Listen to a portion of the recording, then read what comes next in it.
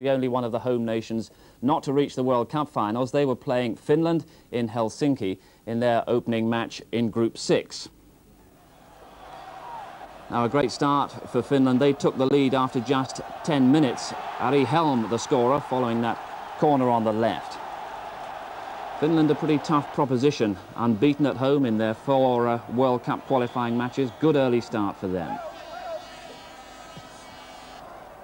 But Wales didn't lose their nerve. They held them and equalised after 66 minutes. The scorer there, Neil Slatter of Oxford. Now the defender had come on in place of David Williams and made his mark with the equaliser for Wales. 1-1 the final score. Mike England said they were happy with the draw. Now the Republic of Ireland were behind very early on against Belgium in Brussels. Scorer after 14 minutes there was Klesson. And really a match of headers, and coming up a superb one to equalise for the Republic from Frank Stapleton. That came in the 18th minute, and it's the first international, remember, being played in the Heysel Stadium since that European Cup final tragedy. Great goal that from Frank Stapleton. But here's an even better one. Enzo Schifo's header, restoring the Belgian lead with 19 minutes to go. Tireless performance from the Belgian midfielder, and he appeared there to have been rewarded with the winner.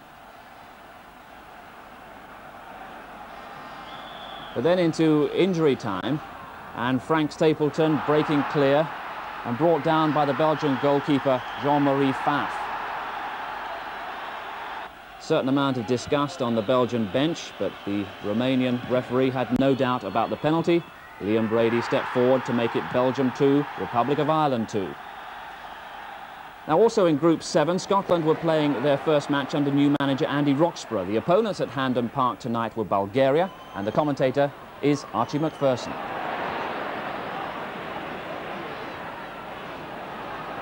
McStay to Aiken. There's Richard Goff, a beautiful pass by Aiken. Oh, Nicholas is on his own. Here's Cooper. There's a shot, brilliantly saved.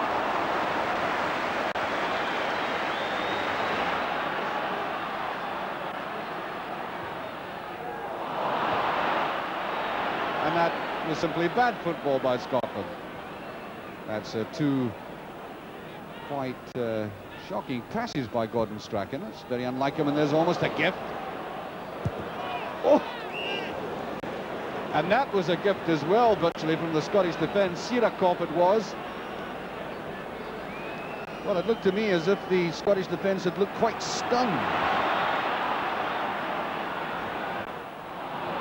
Well, forced into pushing it back again and totally lost the initiative. Nicholas, nice bit of skill, that. Superb play, Richard Goff. Across it goes, and brilliantly saved by Mikhailov.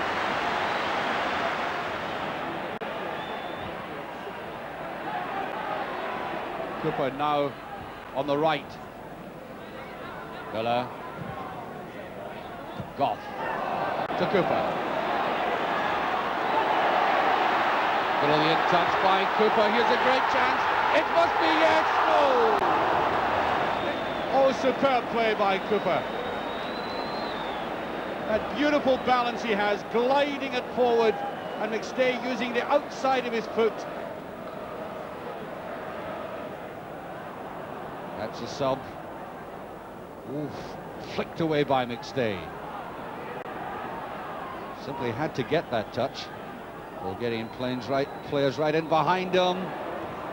Brilliantly saved by Leighton, and that was an excellent move by the Balkans again. Playing that about with pace. They really did look menacing that time. Superb one-touch football, and the finish, Leighton was right behind.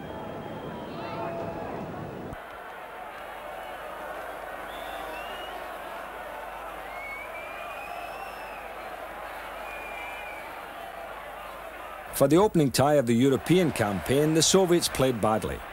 In Iceland, the forwards are off target and the defence in disarray.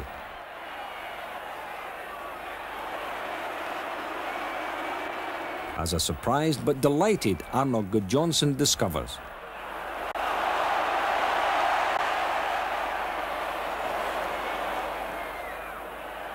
it can't last. Icelandic luck runs out almost on the stroke of half-time. A shot by Sulak Validze is deflected beyond the keeper. To a bad start in Brussels, conceding this goal to Nico Klaassen after a Frankie Verkouteren corner.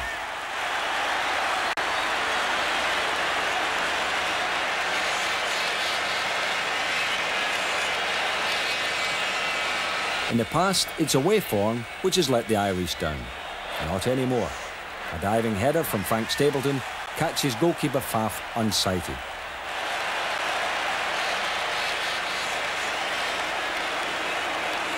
In the second half, Belgium break to put pressure on goalkeeper Pat Bonner. That pressure is rewarded when Enzo Schifo heads home. Victory for Belgium appears secure. In the last minute, Stapleton breaks away and is brought down by Faf.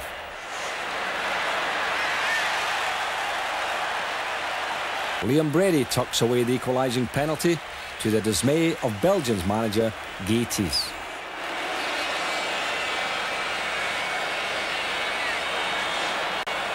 Not John Helm. Not the John Helm, no. Yeah. Maybe a relation, of course. Yeah. But, you know, as I say, a fighting display by the Welshman, and Slater, late substitute, coming in there and banging one in. So, and they went one up, the Belgians. And Klaassen scoring there. When you think they had a great World Cup, it was an exceptionally good result for Ireland, wasn't it? It was. Because Belgium at one time looked unbeatable. Good diving header there by Stapleton. United fans will be hoping. Did he dive or did he fall? Beautiful header there. Yeah. Wasn't it, by Schifo? Yeah, what a good player he is. But here's the penalty in the last minute. Whoop, on the edge of the box. I don't think you could argue much with it, Ian. I think the goalkeeper knew what he was doing. And up comes Chipper, who don't chip it, he slides it. Yeah. Chipper Brady. Nice one. Big Jack's had a transplant. Or is that the... Overran Austria 4-0. The first goal from Stefan Jovan, one of 8 players from the European Cup winners, Steaua Bucharest. Into the second half now. Austria's defending was suspect throughout the match, and it's Jovan left with a simple opening for his and Romania's second goal. A minute later, Kamataru crudely felled by goalkeeper Klaus Lindenberger. The incident ruled outside the area, but it hardly mattered for the Romanians. Marius Lakatush with a spectacular shot. Austria now in some disarray. Players committed forward, Lakatush away on the right.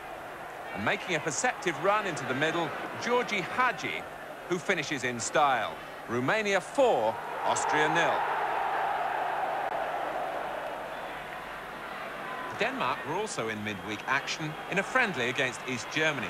Great work here by John Severbeck of Manchester United. The cross met splendidly by Johnny Eriksson for the only goal of the game. Denmark, who are in the same group as Wales, warming up for their European campaign. Czechoslovakia in the red shirts are also in that Wales group, Group 6, and they too won a friendly in midweek. Ivo Knoflicek of Slavia Prague with the goal that beat Holland.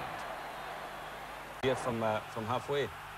Yeah. A lot of the English clubs are looking at him, I believe, you know, Liverpool, Man U, and it could well be, Jim, they've missed out because I gather that he's going to Italy. He's gone to Italy, that's right, yeah. He's a good player. I mean, they are a good side. You can see the way they move the ball about. Sure.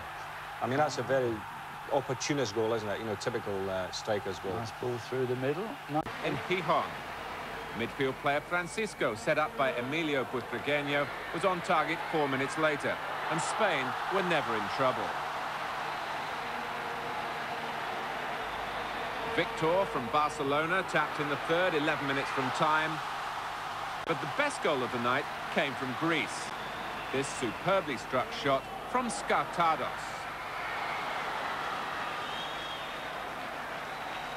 In the European Championship Group 3, Iceland in blue scored first against the Soviet Union. A mistake by that excellent left-back Demyanenko. Arno Gudjonsson of Anderlecht with the goal that stood despite appeals for handball. Iceland might even have won, but for a mistake just before half-time by goalkeeper Bjarni Sigurdsson. Sulak Validze's shot sneaks past him. Iceland won, the Soviet Union won. Ekstrom is a very, very useful player.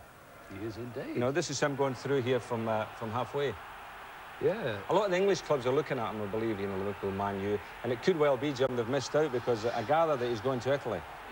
He's gone to Italy, that's right, yeah. He is a good player. I mean, they are a good side. You can see the way they move the ball about. Sure. I mean, that's a very opportunist goal, isn't it? You know, typical striker's goal. Nice ball through the middle, nice. He demonstrated the all-round nature of his game to devastating effect in a friendly against Denmark. Rudi Völler crosses, Ton heads past Ole Quist.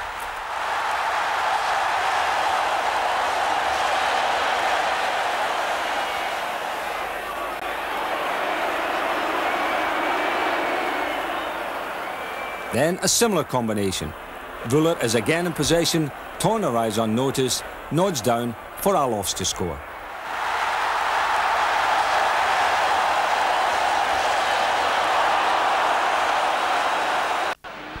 Arnor Gudjonsson's goal for Iceland was hardly in Ekstrom's class, but it certainly bothered the Soviet Union side and proved once again that journeys to Reykjavik are far from easy. The Soviets, though, like the French before them, did manage to come away with a point, the equaliser just before half-time coming from Sulak Velidze. Alan Simonsen bowed out of international football after 20 minutes of Denmark's friendly with West Germany. Almost at once, the Germans, with only 5 survivors from the World Cup final, took charge. Fuller makes room for his cross, and little Olaf Thon heads in.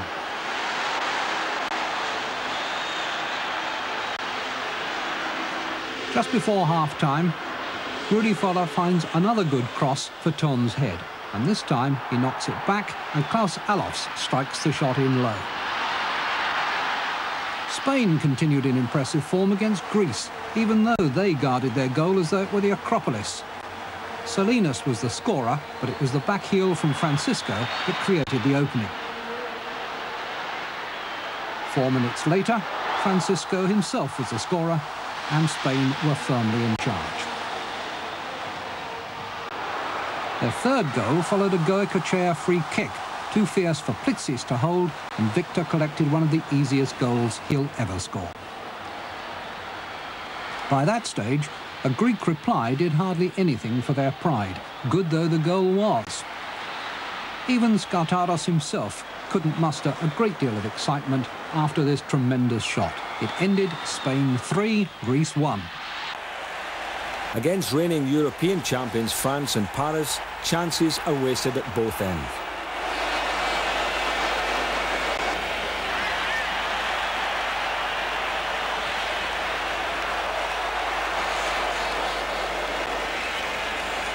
Michel Platini's Frenchmen have lost their sparkle.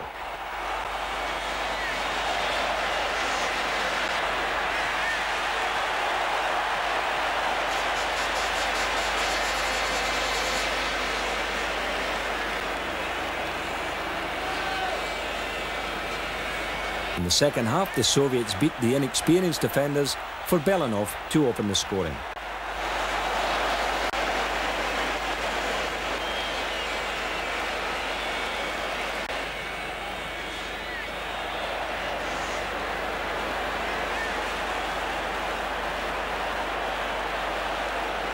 Goalkeeper Bats can only delay the inevitable. Zavarov finds space on the left and Rats finishes. France are beaten 2-0. The Soviets lead the group.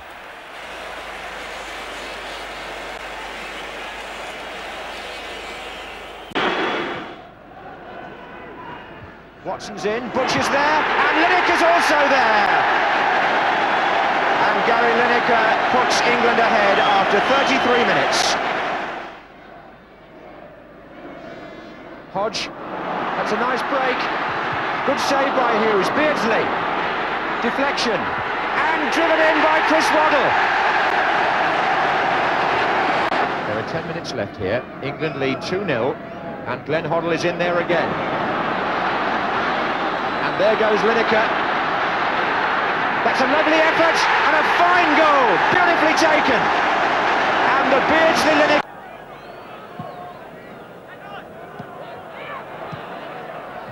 Stapleton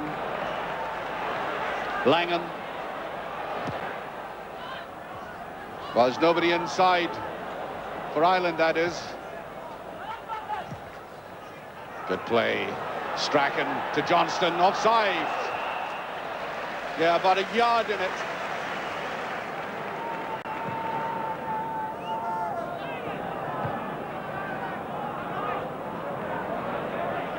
Aiken. Whipped away by McGrath.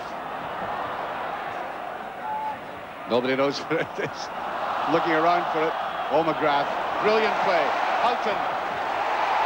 Hesitation again by Leighton. And McGrath, on a normal Saturday, he would have got a drop goal for that. But the Irish crowd at least delighted by the attitude, the determination.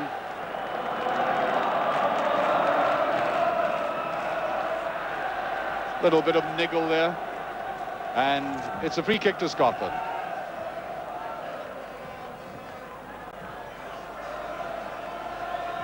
And the Scottish players clustering on the left side of the penalty area.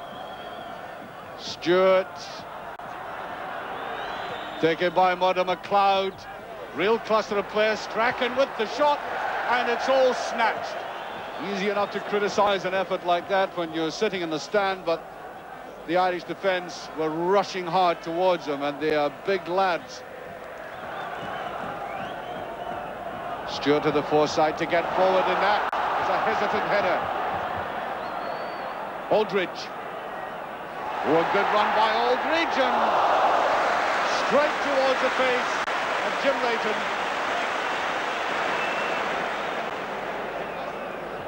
All emanating from that hesitation.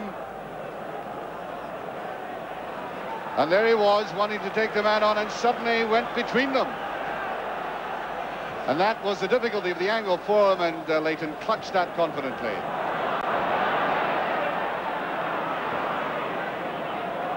McStay. Paolo McGrath winning that, and Kevin Sheedy. Beautiful through ball. Appeals for a penalty, not given. But Scotland were taken apart through the middle there. Suddenly the gap had appeared. There's Goff, well underneath it. And Strachan and Stapleton, teammates, know each other inside out, as it were.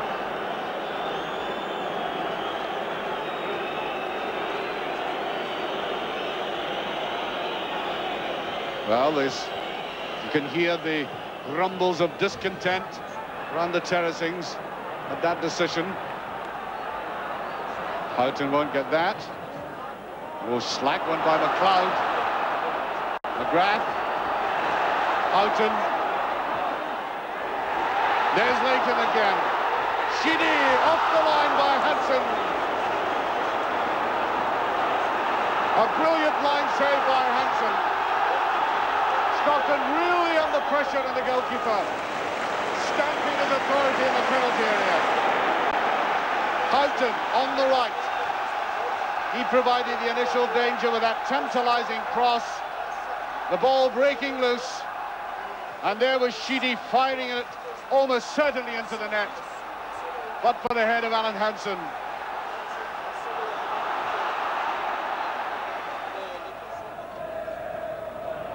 Solid header there by Murdo McLeod. There's a run by Houghton again, and Murdo McLeod totally taken on. Another corner kick. Corner to the Republic, and yet again Murdo McLeod beaten by that ball. Houghton has been doing that regularly from the start of the game. It's wider this time. Hansen, head touch. Sheedy, there's the cross I was speaking about. Brady. Touch forward there, there's McGrath.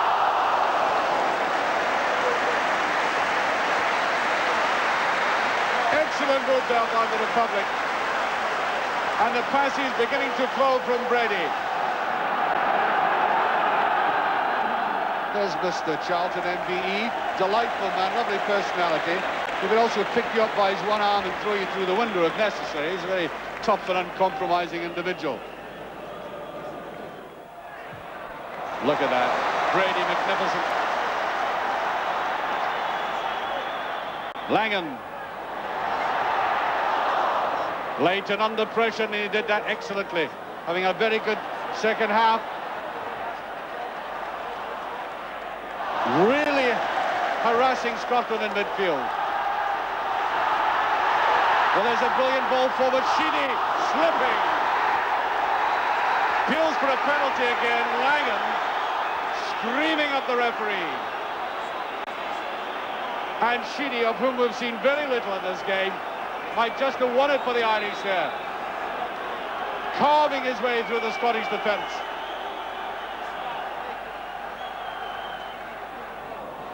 Now Brady. Lots of room in midfield as Langan comes forward. Houghton. This has been the generalissimo of this side. Stabbing it around with that left foot of his. A test for Leighton again. And it's over. Stapleton. And Leighton is incensed. Feeling he was fouled as he went for the ball. Whether he was or not, that was certainly falling in the path of Stapleton. There was the challenge on him, and I think he was pulled slightly from the back as Stapleton, fastening onto it, sends it way over. Semi-finalists attacked Luxembourg from the start, and within 6 minutes had rid themselves of any nerves. The talented Enzo Schifo created the danger, lashing in a left-foot shot which fell nicely into the path of Eric Gerrits.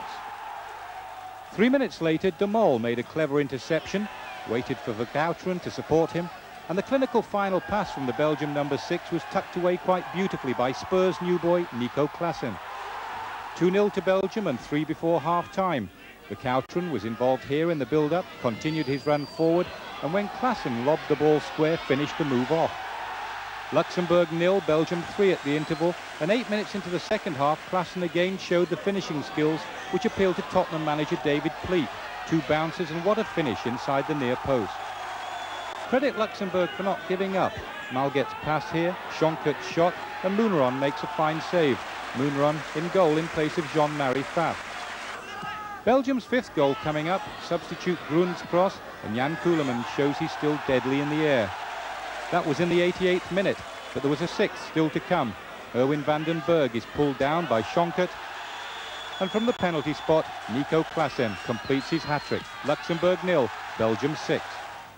6-0 to Belgium, who lead Group 7, 3 points from 2 games. The Republic of Ireland and Scotland both have 2 from 2, and Scotland's next match at home to Luxembourg on November the 12th. Will find reigning champions France on the bottom after 2 games with just 1 point gained from a goalless draw in Iceland. On top with 3 points, the Soviet Union side who beat France in Paris at the weekend. The 2 goals which inflicted upon France their first home defeat in 21 matches both came in the second half. And the goal scorers' names are familiar. Little Igor Belanov, scorer of 4 goals in the World Cup finals, got the first there. That was in the 63rd minute. And 11 minutes later, Vasily Rats, yes, the man who scored that spectacular goal in the 1-1 draw against France in Mexico, had an easier task in Paris to leave a final scoreline, France 0, the Soviet Union 2. Now to tonight's Group 1 game between Austria and Albania. Austria were keen to put behind them last month's 4-0 opening game defeat by Romania, and this goal by Andris Ogris after 80 minutes put them on the way to a comfortable win. It was a quality goal from a player making his international debut. Ogris creating half a yard of space and shooting across the keeper into the far corner. Just as spectacular, Austria's second goal in the 65th minute, a free kick from Tony Polster, bent around the wall and into the top corner. Platini and Hoddle would have been proud of that one, but Austrian manager Branko Elsner would be happy enough to know that his team had now secured only their 3rd win in 11 matches under him. 2-0 to Austria, and coming up 13 minutes from the end, number 3. Albania lose possession and Austria are quick to make the most of the opportunity. Manfred Lindsmeyer delicately chipping the keeper. Austria 3, Albania 0, the scoreline at the end. Budapest was the venue for the Group 5 game between Hungary and Holland, and Hungary, rebuilt under new manager Imre Kamara, were lucky to survive this moment when Van Basten's effort hit the bar and appeared to cross the line. The referee and linesman thought differently, although the replay suggests that the hole of the ball was definitely behind the goal line. Disappointment for Van Basten there, but joy later, and no escape for Hungary in the second half, as Wouters found Gullit, and the close control of Holland's number 10 took him wide of the keeper, Zendri, before pulling the ball back for Van Basten's. And that's how it finished. Hungary 0, Holland 1, with Dutch manager Rinus Michels, remember him from 1974, happier, I'm sure, than he looked. On to Group 6 and Czechoslovakia versus Finland. The visitors had a man carried off and another sent off in this game. But coming up, Czechoslovakia's opening goal after 37 minutes, veteran winger Janeka, the scorer. Finland's Valvi was then sent off, but they still battled well before Czechoslovakia grabbed a second. A spectacular strike, this one, from Ivo Novlicek. 2-0 to Czechoslovakia, and now the third, as right-back Levy finds Kula sliding in towards the 6-yard box. Czechoslovakia 3. Finland 0. So Czechoslovakia go top after their first game. Wales, also in this group, remember, remain second, but much fancied Denmark have yet to play. In Group 5, which began tonight with a 2-1 win for Poland against Greece, both their goals penalties, incidentally, and it puts them at the top with Holland in second place.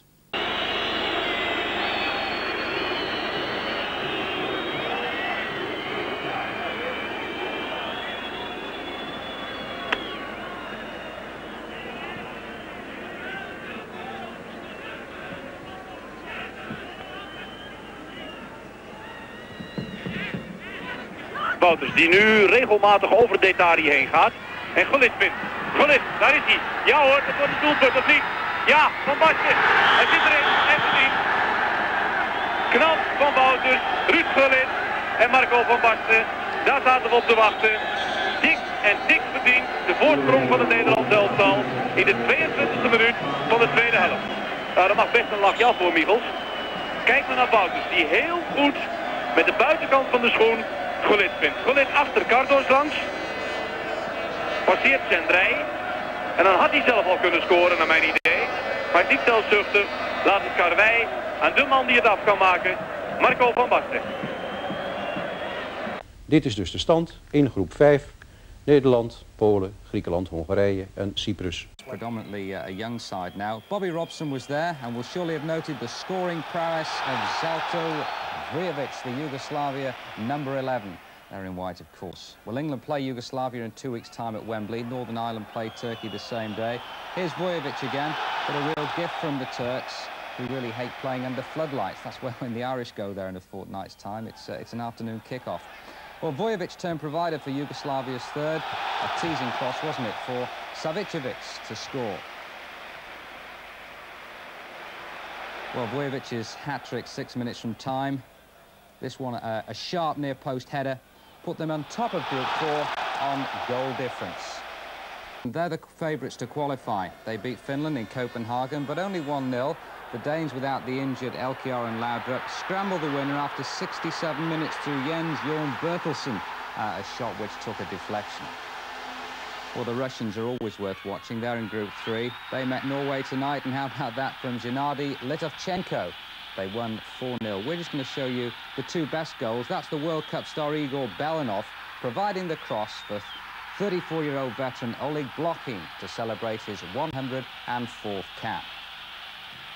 Now to Group 2, where the Swiss met Portugal. Georges Brizy, whose goal put Aberdeen out of Europe, scored that tremendous goal for the Swiss after 6 minutes. But Portugal, with an entirely new side, that's because of that pay strike just before the World Cup finals. You might remember that. Equalised with a little back heel from Adeo, 1-1. Well, there's a familiar figure, West Germany's manager Franz Beckenbauer, who watched an experimental side go down 4-1 in a not-so-friendly in Austria. No love lost there. Austria's two best goals coming from Reinhard Kienast. And that's what it means for Austria when they do well against the Germans. Kienast, a rapid Vienna midfielder, winning his 11th cap. His second and Austria's fourth, a really sharp header after 75 minutes. Austria getting all their goals, the other two penalties in an 18-minute spell. Bobby Robson was in Split to watch Yugoslavia open their Group 4 programme against Turkey. Zlatko Vujovic, one of the twins who both now play in France, scoring after the defence had been opened up for him. Well, that was after 25 minutes, and 9 minutes later, a costly slip by Yusuf, Zlatko Vujovic pouncing again. Turkey weren't really put to the sword until the last 15 minutes, with number 14 Tuce now on. Some crisp interpassing, and it's Dejan Savicevic making it 3-0 to Yugoslavia.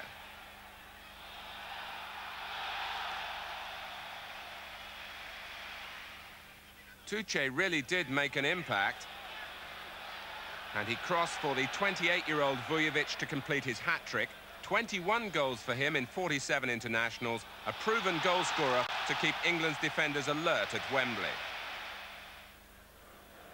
Denmark, on the other hand, made a slower start to their Group 6 campaign. Remember, that's the group which includes Wales. The Danes at home to Finland without injured strikers Elkjær and Laudrup.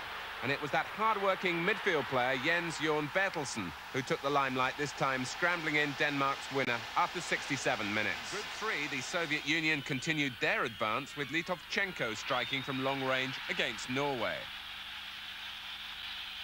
A penalty extended that lead. Igor Bielanov, you'll remember him from the World Cup, pushed in the back. And Bielanov, who plays for Dynamo Kiev against Celtic next week, scoring himself from the spot.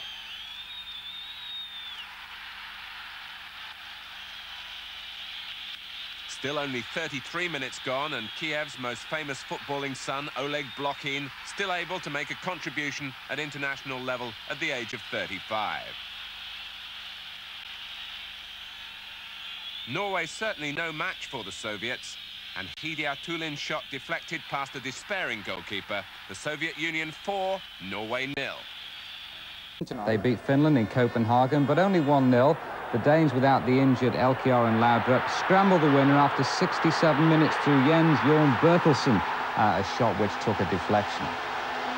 Well, the Russians are always worth watching. They're in Group 3. They met Norway tonight, and how about that from Gennady Litovchenko? They won 4-0. We're just going to show you the two best goals. That's the World Cup star Igor Bielanov providing the cross for 34-year-old veteran Oleg Blokhin to celebrate his 104th cap. Now to Group 2, where the Swiss met Portugal. Georges Brizzi, whose goal put Aberdeen out of Europe, scored that tremendous goal for the Swiss after 6 minutes. But Portugal, with an entirely new side, that's because of that pay strike just before the World Cup finals. You might remember that. Equalised with a little back heel from Adeo, 1-1. Well, there's a familiar figure, West Germany's manager Franz Beckenbauer, who watched an experimental side go down 4-1 in a not-so-friendly in Austria. No love lost there. Austria's two best goals coming from Reinhard Kienast. And that's what it means for Austria when they do well against the Germans. Kienast, a rapid Vienna midfielder, winning his 11th cap. His second and Austria's fourth, a really sharp header after 75 minutes. Austria getting all their goals, the other two penalties in an 18-minute spell. Turkey went to Split and fell apart. After 25 goalless minutes, their concentration collapsed, and Zlatko Vujovic set about helping himself to a hat-trick. That was number 1. No doubt Bobby Robson made some useful notes, but the obvious lesson seems to be that Yugoslavia will punish sloppy defenders. Goal number 2 for Vujovic, who surely can't find scoring as easy as this when he plays in the French league for Bordeaux. In the second half, the Yugoslavs showed some nice approach play, which eventually allowed Vujovic time to wonder where the right back had gone before setting up a goal for Sliskovic.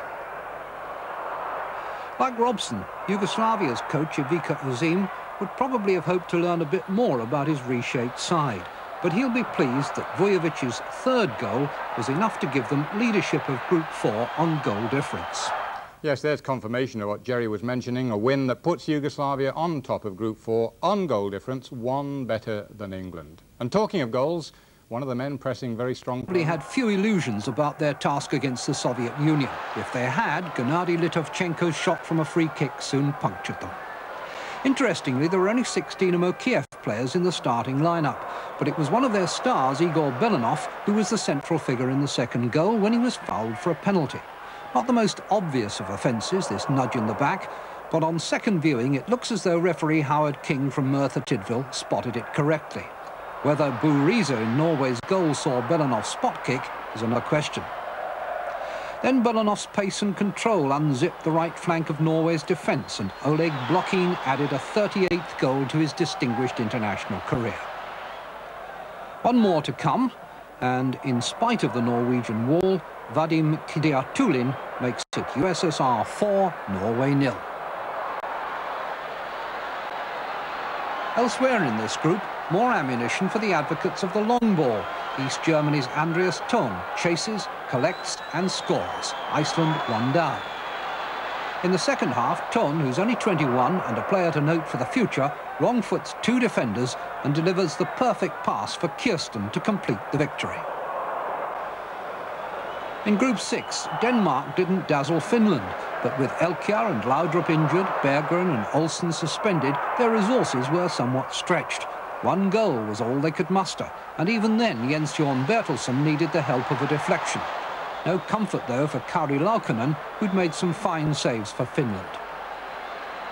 Switzerland had home advantage against Portugal in Group 2 and the boost of an early goal. Heinz Hermann brought down, Georges Bregi puts away the free kick. That lasted until 4 minutes from time. And then the goalkeeper's clearance from a deep cross is returned first time by Adao, and Manuel Fernandez gets a flick with his heel. Lucky maybe, but worth a point. In Vienna, Austria and West Germany played a friendly that was refereed by Luigi Agnolin of Italy, a man who likes to be known as the player's friend. But the Germans felt he was anything but friendly in punishing Olaf Thun for handball. Tony Polster was equally unsympathetic from the spot.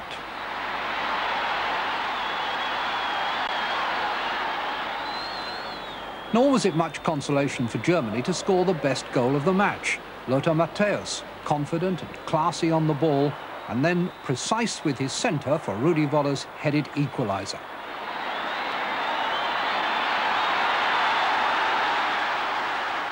Almost at once, Polster and Wolfgang Funkel found themselves entangling legs, and the player's friend dished out another penalty.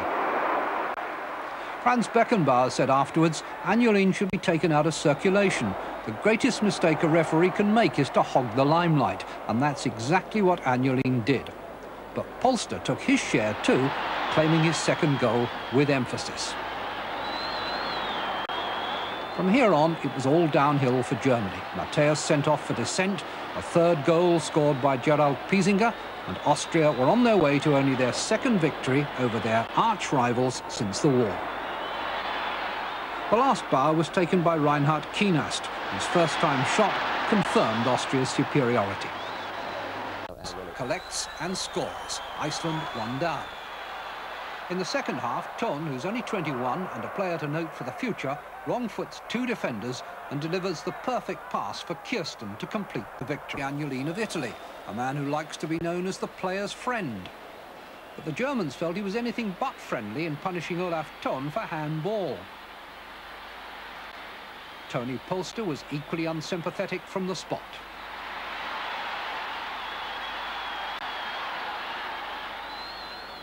Nor was it much consolation for Germany to score the best goal of the match. Lothar Matthäus, confident and classy on the ball, and then precise with his centre for Rudi Voller's headed equaliser.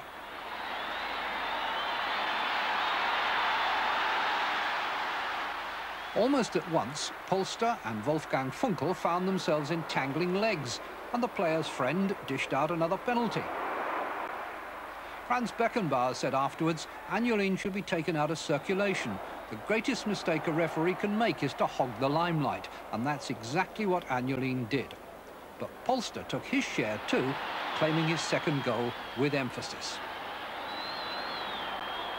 From here on, it was all downhill for Germany. Matthäus sent off for dissent, a third goal scored by Gerald Piesinger, and Austria were on their way to only their second victory over their arch-rivals since the war. The last bar was taken by Reinhard Kienast, whose first-time shot confirmed Austria's superiority. Never an easy place to go. The state of the pitch not up to international standard. The crowd not exactly friendly. And Northern Ireland in their famous green shirts at the start of what Billy Bingham says could be a 2-year rebuilding programme. But after a tentative start, they began to find some cohesion. David Campbell, Nottingham Forest, who played against Brazil in the World Cup, setting up Jimmy Quinn of Blackburn Rovers. For the past 6 years, Northern Ireland have relied on the experience of a handful of seasoned internationals who provided the foundation for all they've achieved. Everything's relative in football. 2 successive World Cups for the Irish is equivalent to Argentina winning the tournament. But those names have gone now. Jennings, O'Neill, McIlroy, Armstrong, and it showed at times. But the likes of little David McCreary, John McClellan at the back, and the spirit of the Irish, oh, Billy Bingham hates that expression, made up for the absentees who've been pensioned off and their injured stars like Jimmy Nicholl and Norman Whiteside. And Bingham was full of praise for Pat Jennings' successor, Phil Hughes of Bury, a fingertip save in the closing stages. 1986 has been Gary Lineker's year, and on Wednesday his presence helped attract a 60,000 crowd to Wembley for what was an eventful night. Baljic, full-back, aiming to make something on the break all the time. Vojovic there. Oh, and he's got past Mark Wright. There's a great struggle here for England, but Woods did well. It's the height of Butcher. Height of the England captain. Indeed it's not. It's the number 7, Gary Mabbutt. Been in good form tonight, Hoddle. Another delightful ball played in for Beardsley, played for Waddle, and a good cross from him this time. And Anderson makes it 2.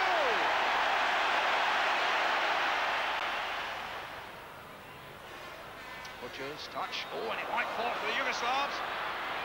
Vojovic. There's a chance here for Vojovic. Oh, and he's missed it. Despite those scares, Gary... Never an easy place to go. The state of the pitch not up to international standard. The crowd not exactly friendly. And Northern Ireland in their famous green shirts at the start of what Billy Bingham says could be a 2-year rebuilding programme. But after a tentative start, they began to find some cohesion. David Campbell, Nottingham Forest, who played against Brazil in the World Cup, setting up Jimmy Quinn of Blackburn Rovers. For the past 6 years, Northern Ireland have relied on the experience of a handful of seasoned internationals who provided the foundation for all they've achieved.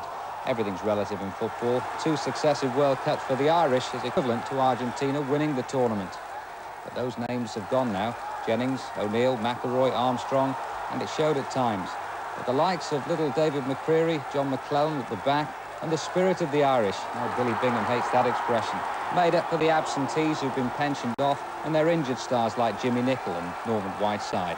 And Bingham was full of praise for Pat Jennings' successor, Phil Hughes of Bury, a fingertip save in the closing stages. Thanks, Elton. So that's how Group 4 looks after the day's events, with England looking very healthy there up at the top. And goal difference there, 5-4 and none against. And Northern Ireland there just one off the bottom with 1 point, alike with Turkey. Early in the game, left-back Baljic launches a long ball that embarrasses Mark Wright. It takes a well-timed block by Chris Woods to stop Zlatko Vujovic, scorer of a hat-trick earlier in the season against Turkey. Midway through the half, England take the lead through Gary Mabbutt, and an excellent goal it is.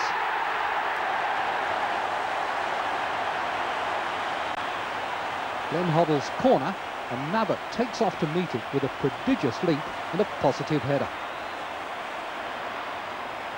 After a 3-year absence, Gary is back in the side to score his first England goal. It wasn't long before England almost fell in similar fashion. Bajic's header, but Steve Hodge on the line to clear. A performance with many encouraging aspects had its best spell early in the second half, culminating in a splendid move that creates Viv Anderson's goal.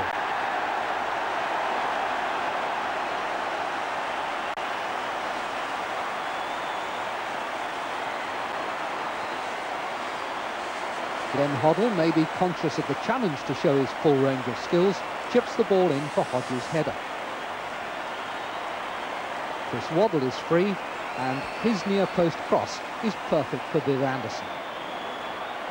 Waddle again found the Wembley crowd unsympathetic, but crosses like this go some way to justify Bobby Robson's faith in him. 60,000 spectators appreciated England's attacking more than their defending. Zlatko Vujovic could have had another hat-trick if he finished as coolly as he had against Turkey.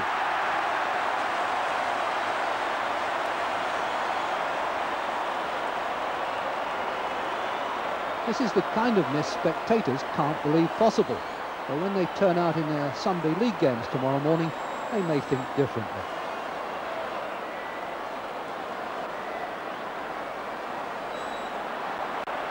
And just to demonstrate that professional practice doesn't make perfect, Vujovic misses another open goal. Worst moment of the night for England came 10 minutes from the end, and it's a complete accident as Glenn Hoddle and Steve Hodge collide.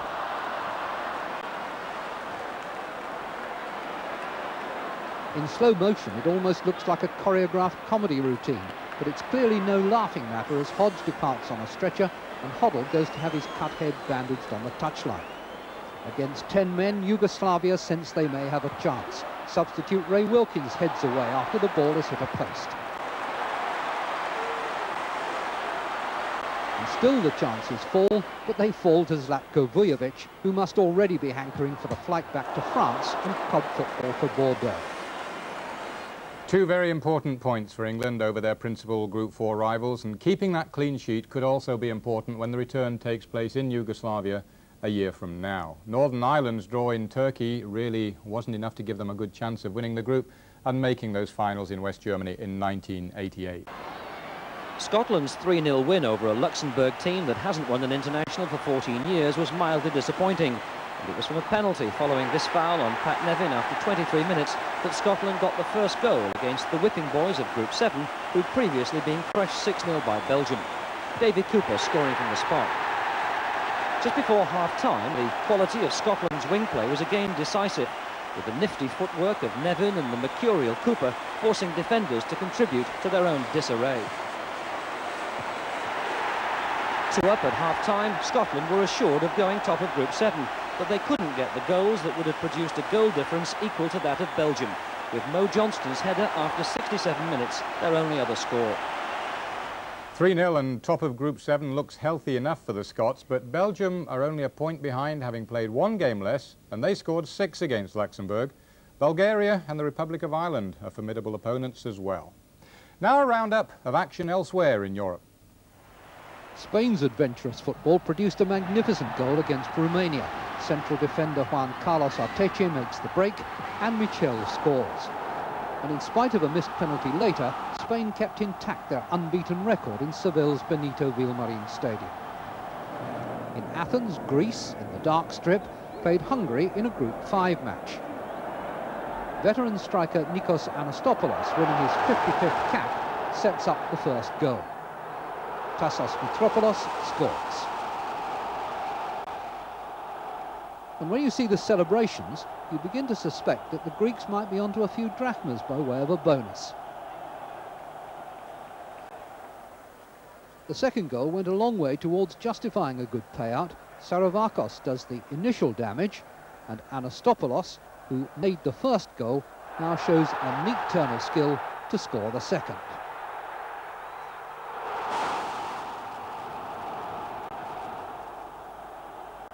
Only 15,000 spectators, but they turn it into quite a party. Maybe the defence started to celebrate too early, for when Hungary came back at them, they looked less than watertight. Boda takes advantage of the mistake, but it was 2-1 at the end. He makes the break, and Michel scores. And in spite of a missed penalty later, Spain kept intact their unbeaten record in Seville's Benito Villamarin Stadium. In Athens, Greece, in the dark strip, played Hungary in a Group 5 match. Veteran striker Nikos Anastopoulos, winning his 55th cap, sets up the first goal. Tassos Mitropoulos scores. And when you see the celebrations, you begin to suspect that the Greeks might be onto a few drachmas by way of a bonus. The second goal went a long way towards justifying a good payout. Saravakos does the initial damage, and Anastopoulos, who made the first goal, now shows a neat turn of skill to score the second.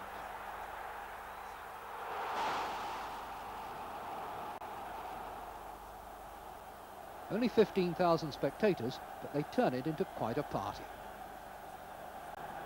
Maybe the defence started to celebrate too early, for when Hungary came back at them, they looked less than watertight. Boda takes advantage of the mistake, but it was 2-1 at the end. In the opening qualifier against Romania, Michel scores the only goal.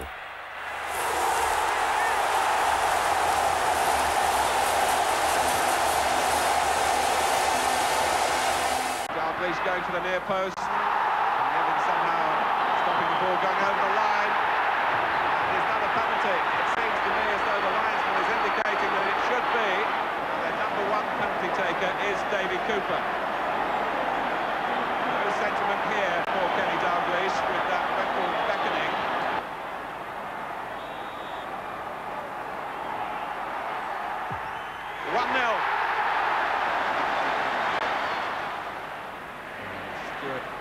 To Nevin again. Johnson's gone to the near post, and Bossy lost it. Davy Cooper trying to walk it in, and he'll get the credit for the goal that went in off the defender. Goff, Johnston.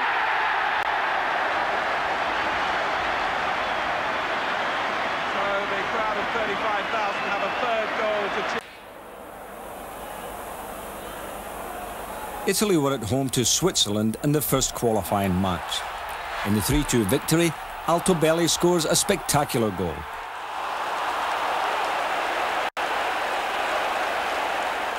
A header from Serena, and Altobelli's acrobatics put Italy 2-1 ahead.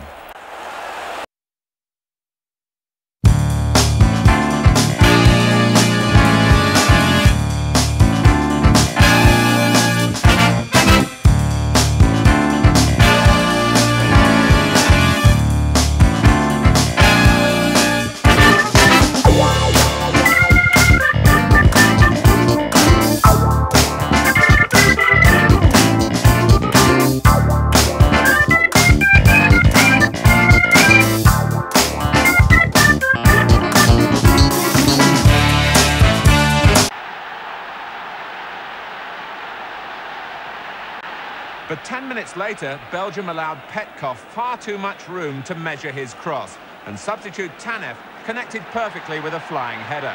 1-1, a useful result from Scotland's viewpoint. He scores 2 superb goals against Malta. For the first, a cross from Dozena is volleyed home.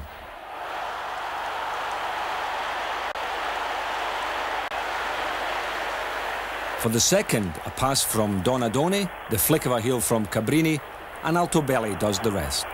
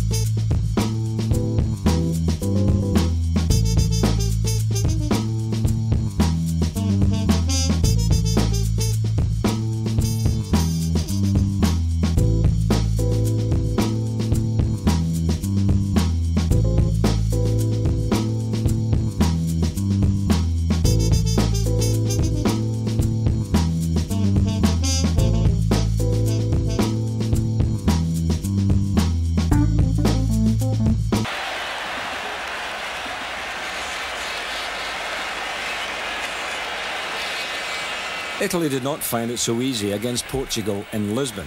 Again, Altobelli makes all the difference as he converts an opportunist cross from Giuseppe Bergomi.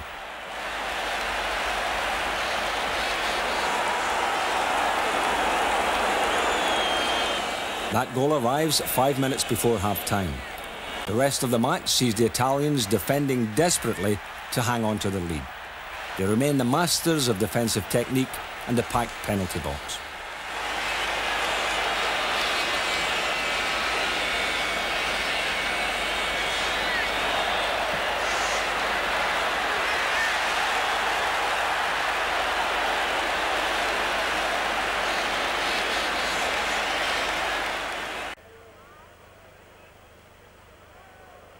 Tichelen. Gullit de lucht in. En het is 0-1.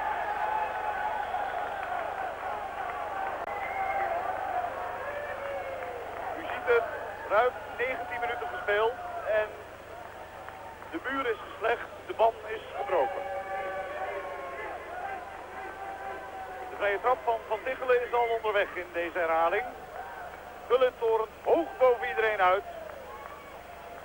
En hij zit goed in de kruising ook.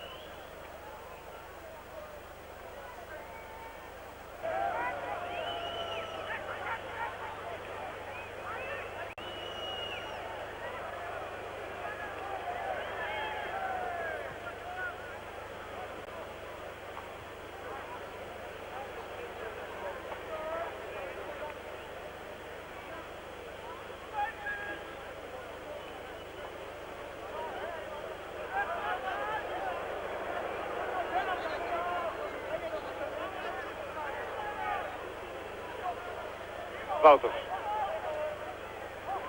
Van der Gijp. Gullit. Overname van der Gijp. Gullit, niet buitenspel. Varenburg is voor het doel en achterin. En dat is het doelpunt van Bosman.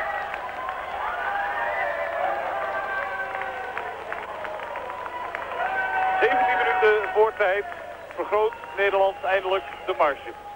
En het is Bosmans eerste interlanddoelpunt. Dus voor hem een extra feestje. We kijken naar de wordingsgeschiedenis van 0-2. Gullit niet buitenspel. Dat is duidelijk op de paas van Van der Gijp. In het centrum is Varenburg. Achterin is Johnny Bosman. Garitou is al kansloos en het is 0-2. Nederland dus 5 punten uit 3 wedstrijden. Griekenland 4 uit 3. Polen 3 uit 2. En de beide andere 0. En belangrijk is het doelsaldo. Nederland heeft +3.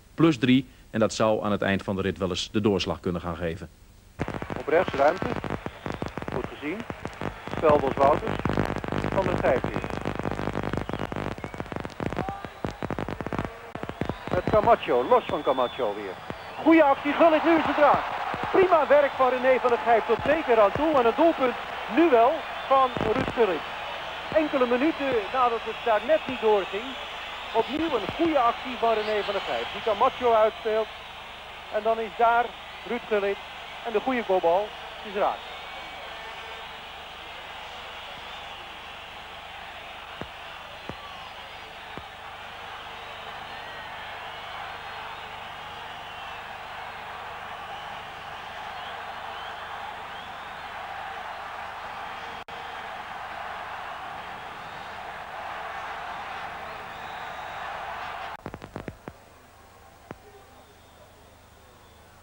Julio Alberto, Gordillo.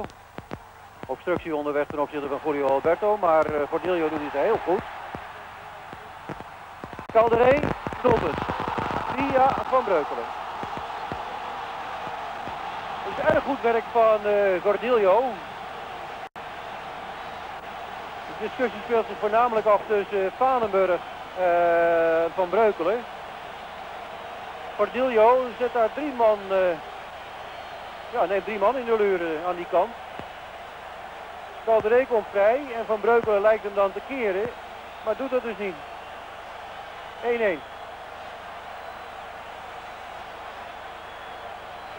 Gordillo. En vanaf die achterlijn, daarom is hij bekend, hele gevaarlijke dingen doet hij daar. En dan kopt Calderé in. Via de grond en Van Breukelen. Butragueño. Chendo is onside here, it's dangerous this. Oh, Carrasco missed it, Butragueño won't. 1-0 Spain. Waddle looks for Beardsley, who did well there on the outside of Arteche. Hodges there, it may run to Lineker. It has run back for Robson. Oh, it hits the post, Hoddle, saved by Zubizarreta. And surely a chance at the far post here. And a goal.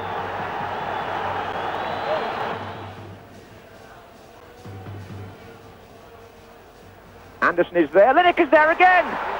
2-1 to England. And they can't contain him. Oh, and Lineker has got Beardsley in a good position here. And Lineker may score again, and he has. He's got his hat-trick. We've been playing now for 12 minutes in the second half here in the Bernabeu Stadium. And England still look dangerous with Beardsley. And there's Lineker again. He's got his fourth. Wow, this is extraordinary. Played short. Now can Carrasco get the cross? And he can. Oh, there's a chance there, and Ramon. Number 11, Ramon, the man who missed, or rather had his first header saved from that corner, he made up for. In Glasgow, they play vital roles.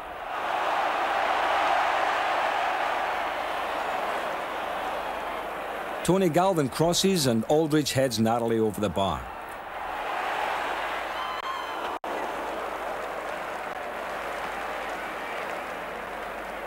A pass from Houghton. Stapleton is brought down.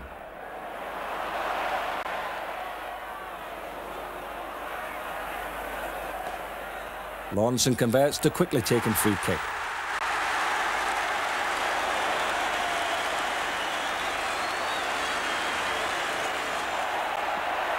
When the Scots make a fight of it, Mo Johnson is foiled by Celtic goalkeeper Bonner.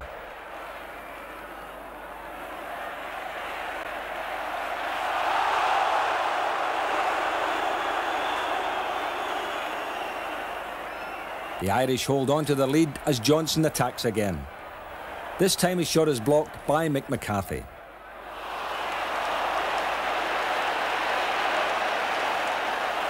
The Irish erupt at the final whistle. Bit of a sandwich, and it's quickly taken. That's a goal. Lawrenson. Rijkaard. Koeman achterin blijvend. En Siloy. Gullit loopt.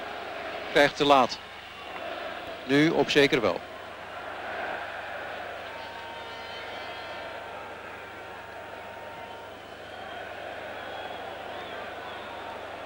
Kiezen naar Van Basten.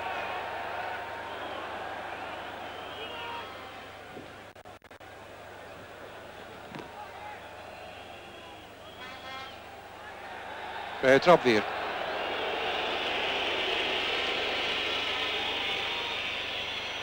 Snel genomen, Sarafagos voor Breukelen eruit. Oh, ja, dit. Dat is snel en een tegenvaller dus. Van de eerste orde.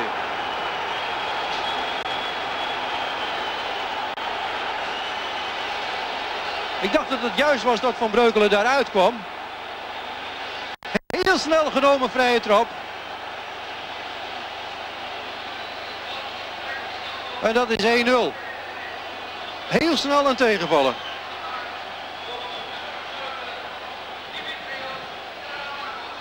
Sarafagos, die scoort.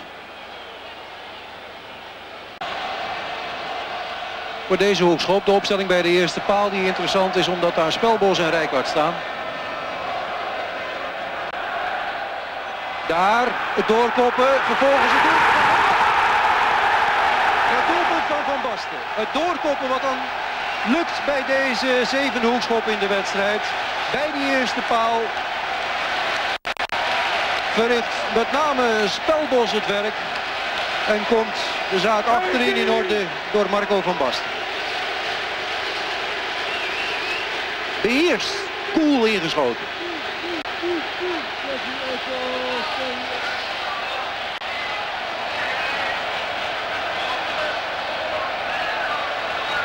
In de 11e minuut van de tweede helft.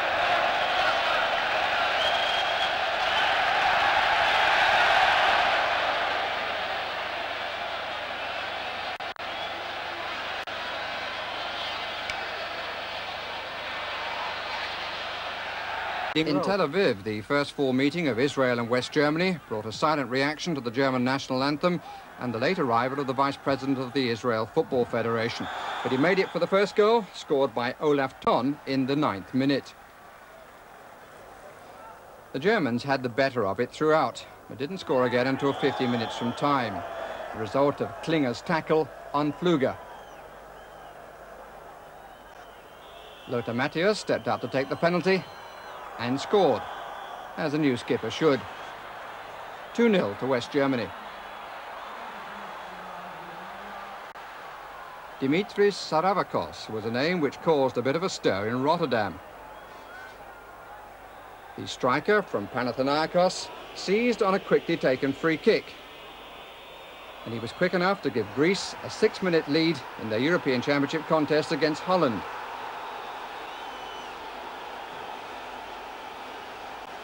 Van Breukelen, the former Nottingham Forest goalkeeper, and Ronald Koeman were the Dutchmen most embarrassed. The team as a whole took 50 minutes to recover. Then Aaron Muren's corner led to Van Basten scoring the equaliser. He's about to join AC Milan. The odds on the deflection were high, but the ball in fact cleared everyone.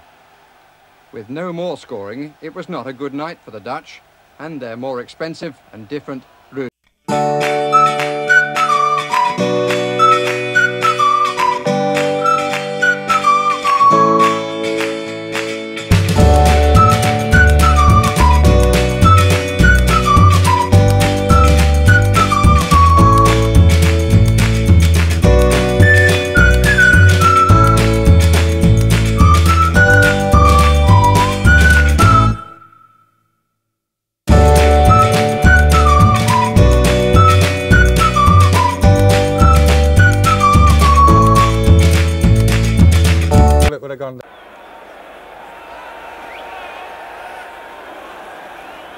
In the home qualifier against Greece, Holland made a bad start.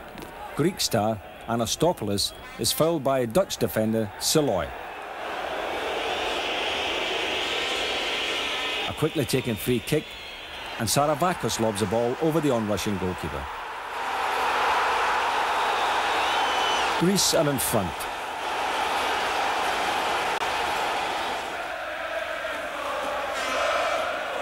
Holland looked more like themselves after half-time.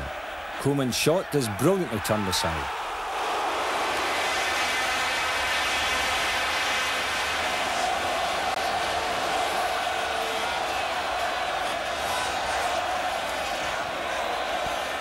Arnold Muren puts his left foot to the corner, and there is Van Basten waiting to equalise with all the confidence of a man who has been Holland's top scorer 4 times.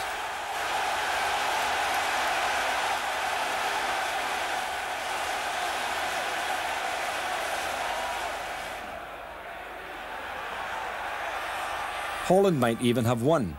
This acrobatic effort comes from Ruud Gullit, who cost AC Milan a world record at £6 million.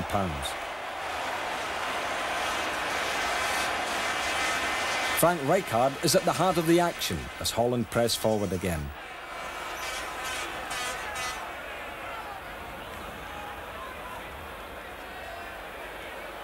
Gullit can't get in his first cross with his left foot, so he tries with his right. The Greeks fail to clear. René van der Heep and then John Bosman both come close to the winner. Somehow, Greece survive. Nice build-up involving Vandenberg, but Malta spotted it quickly, and that was a very good interception indeed, and just gave the Scots a moment of hope there. But the ball's gone too far again. Malpes was very quickly in on that, though. Encouraging signs there from the Scotland left back.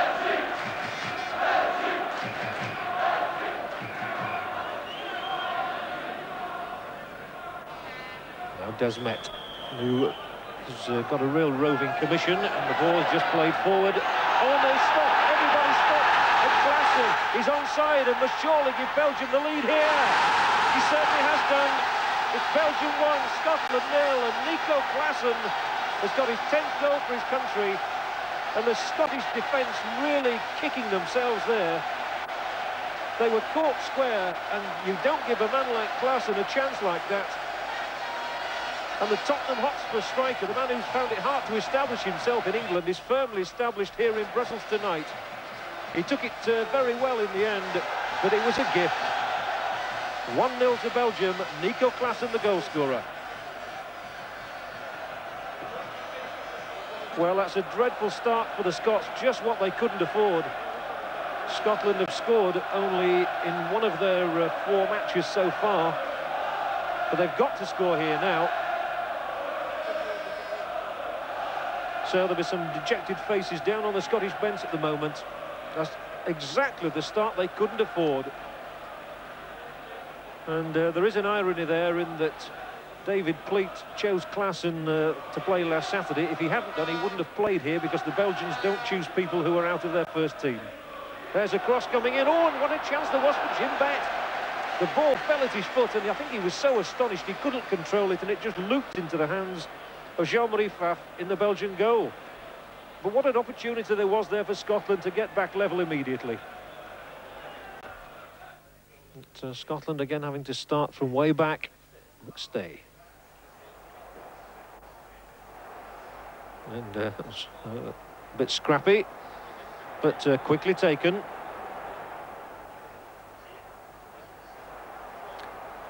So Belgium 1, Scotland 0 here. And there are 1,000 Scotland supporters in the crowd. And now they'd love to see a Scotland goal. Bett takes it back from McCoist. Makes some space, Jim Bett, and there's the cross. Oh, and an equaliser from Paul McStay. It came out of absolutely nothing. But McStay gets his 4th goal for his country, and what a terrific time to get it as well. That was right out of the blue. They can't believe it, I don't think. They should be happy on that bench.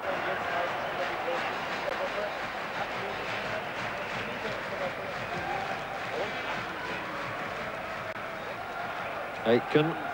That was a useful challenge from him, because Sturrock is now in possession.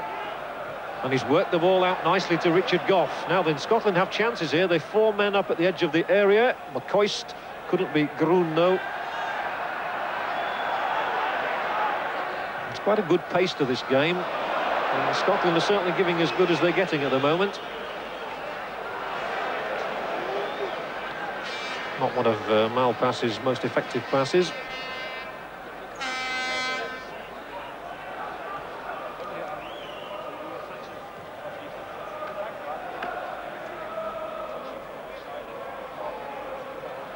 Vervoet hits the long, loping ball, and Malpass, I think, has given away the corner here. Yes, not even Leighton could keep that one in.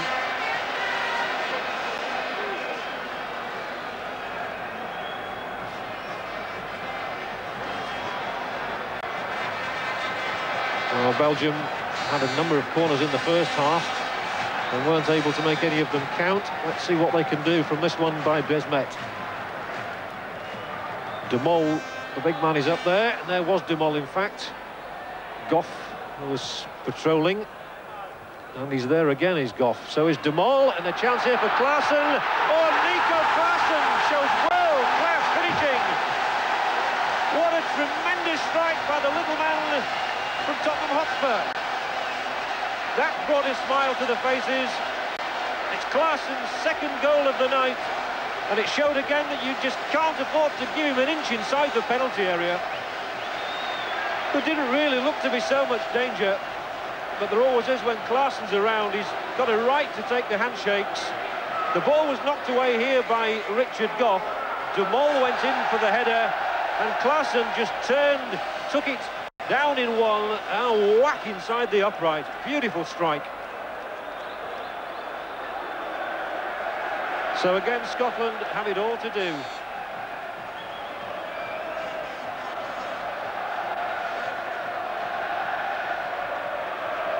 And here we can see how Jim Leighton was bustling and trying to get position as De Mol headed that ball and eventually came back into the area. Richard Gough climbed high.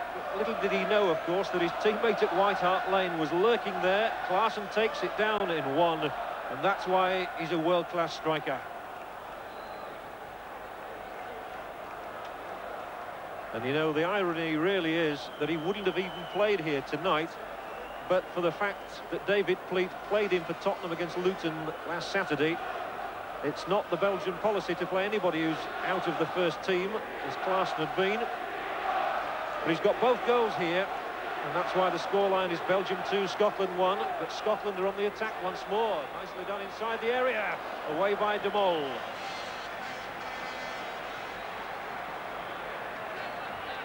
So again, Scotland find their backs to the wall.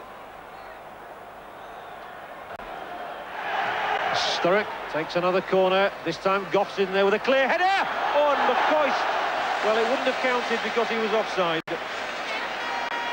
But Ali McCoist there, I thought he was going to register his first goal for his country.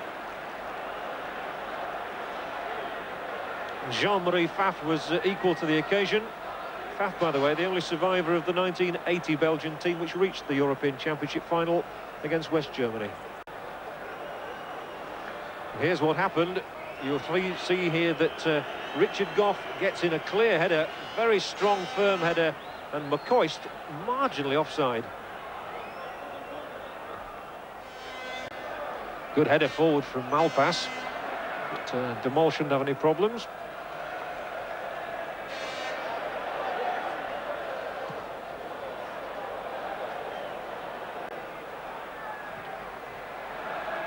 This is Desmet battling and turning inside Richard Gough and finding Van den Berg, who's done well and found space. Oh, and it just went a little bit too high for Klaassen. A taller striker might have got there, but Klaassen's already done plenty of damage tonight, and there might be more here. Belgium pouring forward in numbers this time, but cut out by McStay, but his boot was high.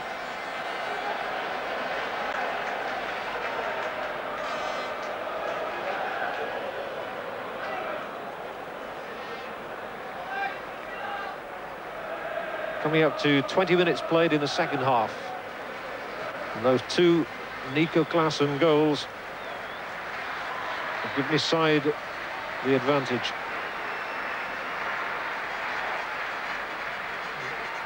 Schifo's here, and Grun is here. And Grun really hits a screamer. I didn't think he'd try from that distance. He's such an exciting player, Georges Grun.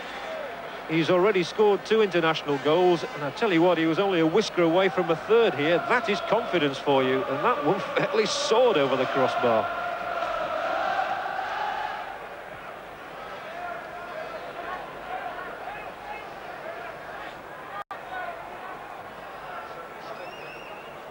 Surely a push in the back by Vervoet on McCoist.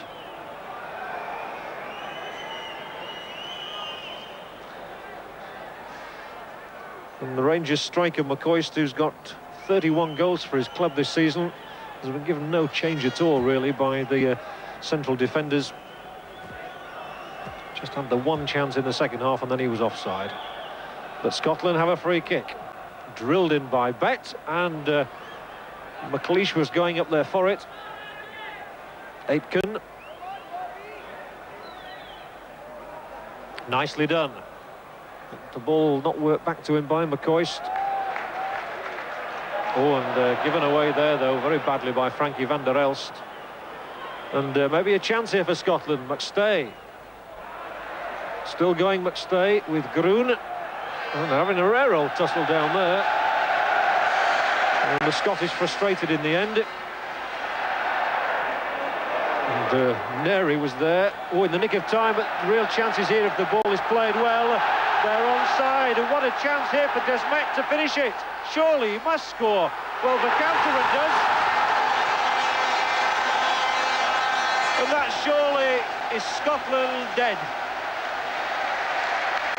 The chances of going to West Germany have disappeared.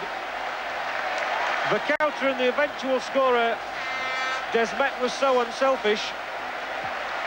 But for the second time in the match, the Scotland defence caught absolutely square. I don't think I've ever seen two men herring in on goal like this. Desmet had the option of perhaps scoring himself. He tucked it back. McCountran did the rest.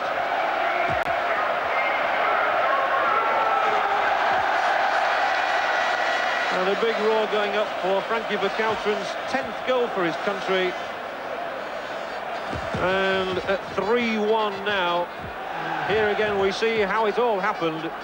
When Klaassen played the ball square, Desmet had all the time in the world here to advance on Jim Leighton, just nicks it back, and the ball is going to end up in only one place, that one. 15 minutes left, and McStay nearly profited again. And a few complaints from Belgians around me about the state of their own defence there. But the Scottish defence, with both the first and third goals, have been caught absolutely square. And you can't afford to do that against a team of Guy Thiessen's calibre. Well, Scotland battling to the end, but they've only 5 minutes left in which to do something quite remarkable. They've scored only 4 goals in their 8 previous internationals, so I think he's asking rather a lot for them to get 2 in 5 minutes. And here's Klaassen again, sprinting here with McLeish, and he might even win the sprint. Turns inside, is it going to be a hat-trick? Oh, it is! The little fella's done it again.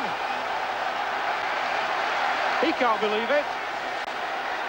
But an element of fortune there. First of all, the way he won the challenge with McLeish, and then the ball just bobbled. But Nico Klaassen's finishing tonight has left Scotland's European Championship hopes absolutely dead. The crowd are chanting Nico, no wonder. He's got great pace. This is why David Fleet bought him, of course, having seen him in the World Cup finals in Mexico. He wins his little battle here with McLeish. His poise is good, he gets to his feet, and he's a little bit lucky here because as he drove that one in, it just screwed off the leg of Leighton and into the net. 4-1, and it's turning into a bit of a rout now.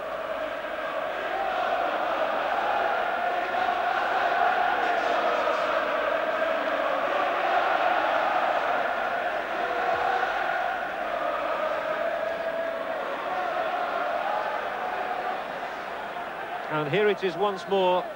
Klaassen did so well, and there's where the ball just came away off Leighton's foot, and what a place for it to end up.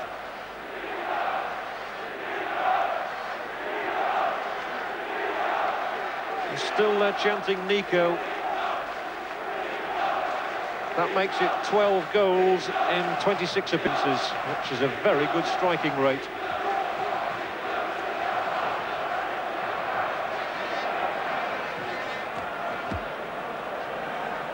That goal was all about pace and tenacity, laced with just a little bit of luck at the end.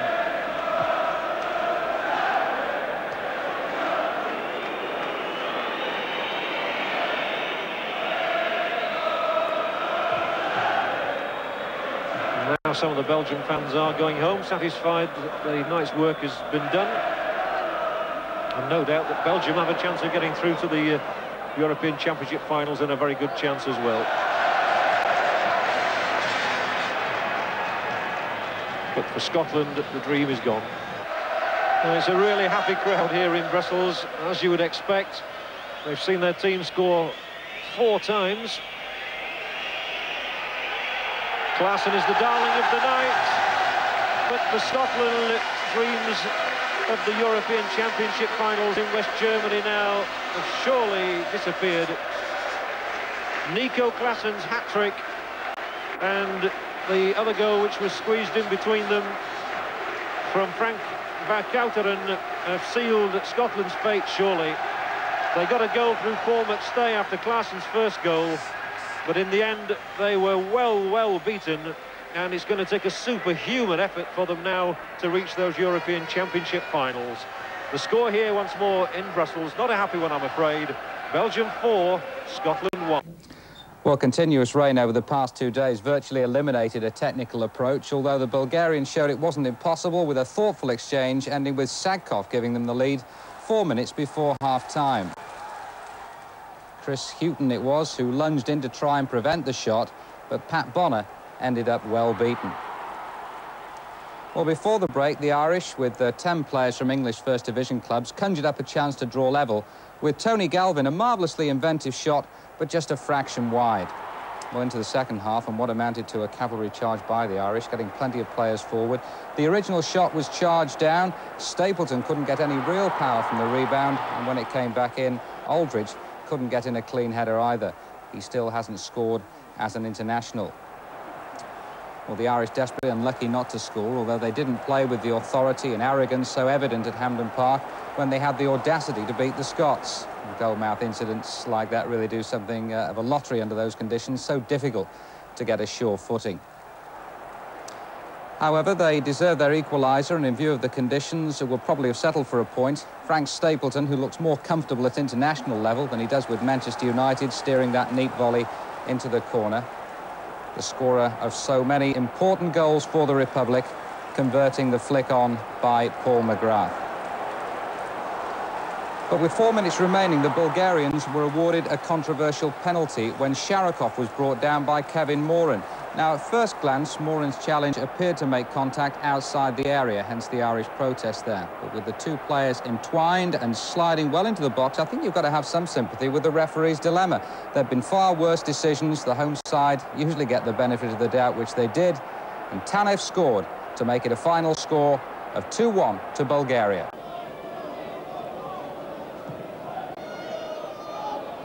Swirling away with spots of rain coming down now. Ikalainen, one of the big fellas in midfield. On the right-hand side is Pekkonen. In for Rantanen. Turunen, that's a hard one for him.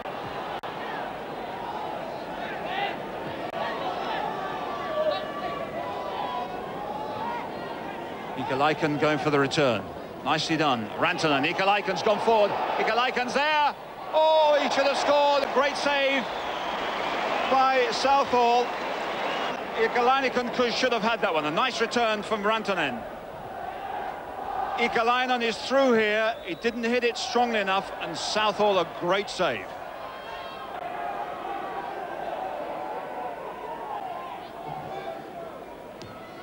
That's Helm gets it first. Goalkeeper there for a punch and cleared away. There's no Finnish player anywhere near Ratcliffe here, so he's got time. Into the hole. It's back. Rush gets in there. He's in there so well. A brilliant bit of play. What a great cross too. A brilliant ball from Ratcliffe.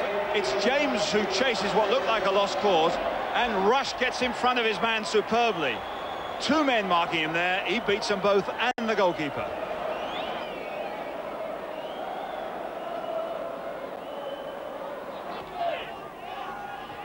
Rantanen again, strong enough to hold off a challenge, but not the second one by Ratcliffe. And forward early. This is a fine one to the man, Rush. Great save, but Rush is there again. Brilliant play by Rush. Blocked, and it comes away, fortunately, to Turunen. Again, a brilliant ball forward by Ratcliffe, and Rush was almost there once more. Lovely ball. The goalkeeper's right on the edge of his box. A save in extremis, and then some clever stuff by Rush. Beats the goalkeeper, but then there's a defender in the way. Jacket once again. Better one to Jones. But he needed really to knock it down simply to 3 or 4 players just in front of him. Picked up this time by Ratcliffe. That's a fine ball forward for Phillips to chase. Picked up by Blackmore, bit of room here. Rush is in here. Rush again. Off the line. Hodges.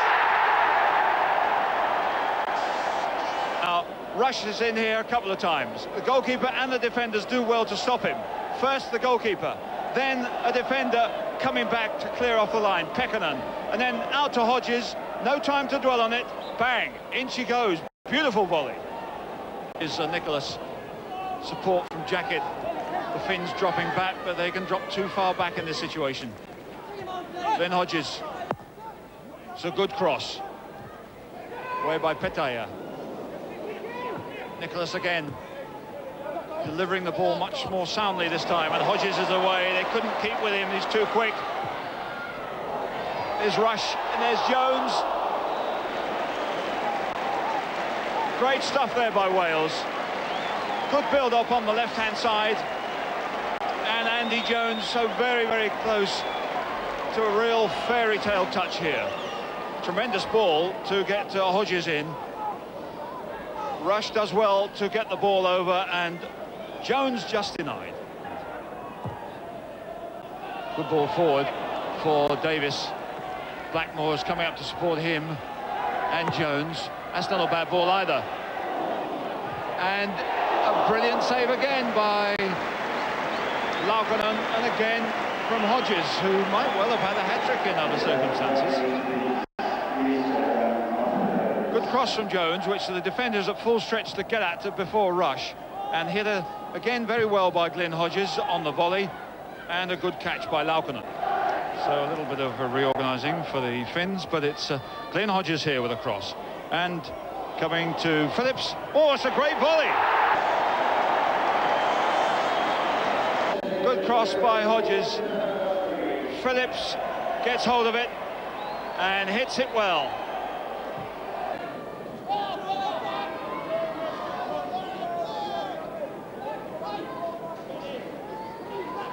Petaya with a kick. Can he turn it up to Lipponen? Oh, what a great shot! And Southall gathers it, but Wales could have so easily conceded one there.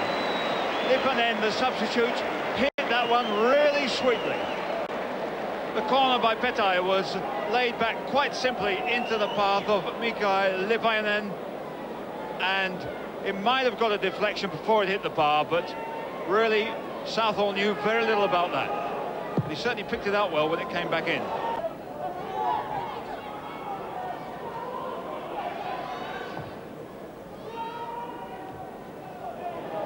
Picked up by Robbie James. Good long distance effort. Cleanly hit on a greasy and difficult top.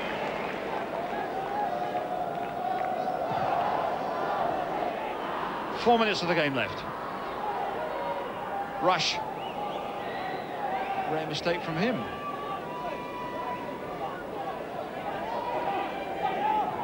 Lipponen turning it into the middle.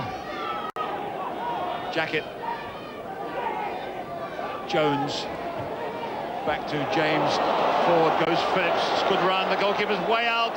Can Phillips get it in? He's got a chance here. Good defending, but it's in the back of the net, and it's our man. Andy Jones. It fell very nicely for him after great work and a bit of madness. Great work by Phillips. Madness by goalkeeper Laukkonen. It looked as if they got the cross away, but it falls well for Jones, and he puts it in clean. Ah, the problem is, can he get past Sansom? Decides to put it back. Fleming a long cross in. Down there, Wilson has it. Been pushed out. Worthington with his right foot. That's charged down. Here comes Wilson, and a good save by Shilton at the near post. Very promising move by Northern Ireland. And it's low and hard. Headed out, of course, there by Brian Robson, the captain, but it goes straight to David Campbell. A long cross in goes Worthington, and just past the post. And now it looks as if we can expect a long throw, because the English attackers going into the penalty area. Here comes the throw, up goes MacDonald, and in there goes Robson, and Robson scores for England. A little back header from Terry Butcher, and Robson diving forward. George Dunlop clawing at the ball, but he just can't reach it. Beardsley forward, looking for Lineker. There's space on the far side now for Waddle to run at the defence. Runs it, Donaghy checks inside, left foot shot comes in, and it's there. It's another goal to England, and it's Chris Waddle who scored it with 2 minutes to go to half-time. It's England 2, Northern Ireland 0.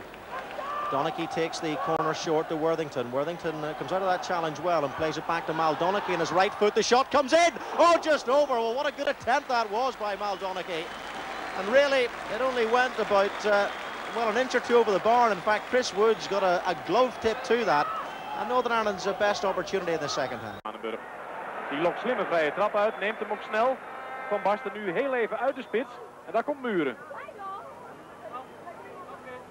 Rijkaard. Een doelpunt zo met de rust in zicht zou van enorm belang zijn. Van Schip. Die is nog niet echt vaak langs de man, langs Salai gekomen. Gullit kan terugleggen. Dat is hij dan wel, jawel. Het doelpunt dus zo belangrijk. Zo vlak voor Ruud Gullit. Schitterende strakke voorzet van Van Schip. En een hele moeilijke hoek voor Ruud Gullit. En een lachje kan er zowaar af bij Rinus Michels. 35e minuut. Van Schip demareert. Gullit die eerder al scoorde, maar toen was het buitenspel. En Chandrij die erop rekent dat Gullit die bal teruglegt.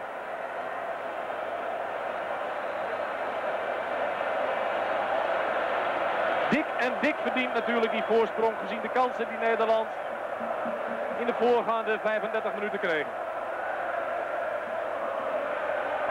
Beek dus de nieuwe man tegen Van Schip.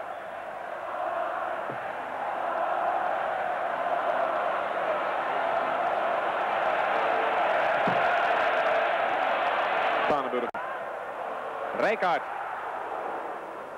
Muren. Het is moeilijk om zo'n bal onder controle te krijgen. Muren. Schitterend 2-0. Oh, wat mooi.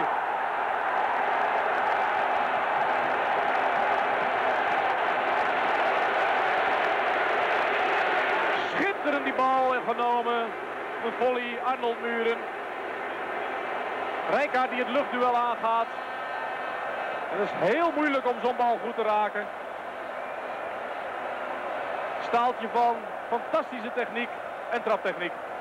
Arnold Muren, die eerder die vrije kopkans miste, maar nu wraak neemt.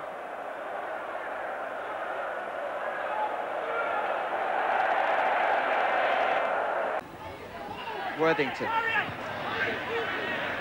Donaghy outside. 3 in the middle. Well left. Wilson. Campbell.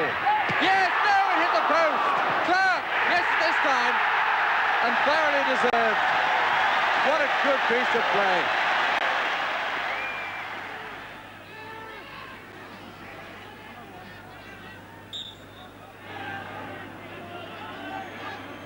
Stojkovic, it may well be the dummy. No, it's not. He takes it and he hits the post and in it goes. And Stojkovic has made up for his miss in the first half.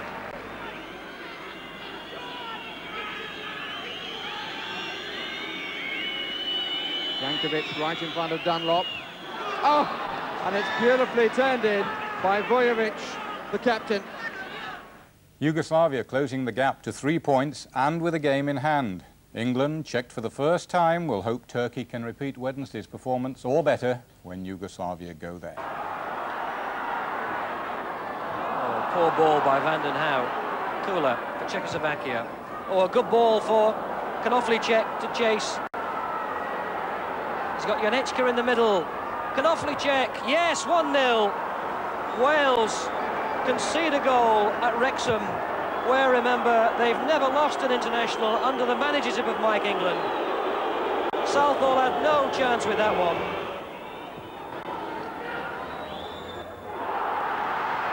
Oh, yes! Who takes the credit for that? Ian Rush, I think.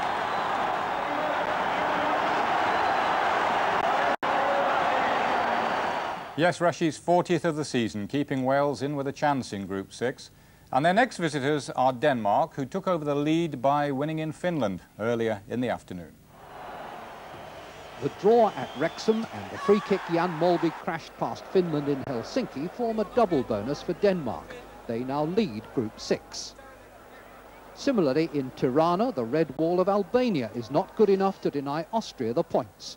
Tony Polster's precise free kick produces the only goal of the game and leaves Albania pointless at the bottom of Group 1.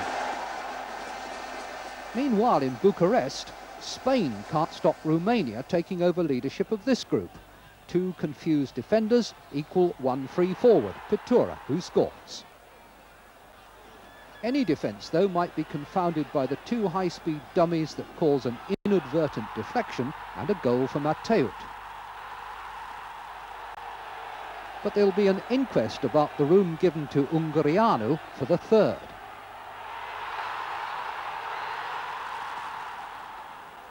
And there'll be no medals to console Calderé.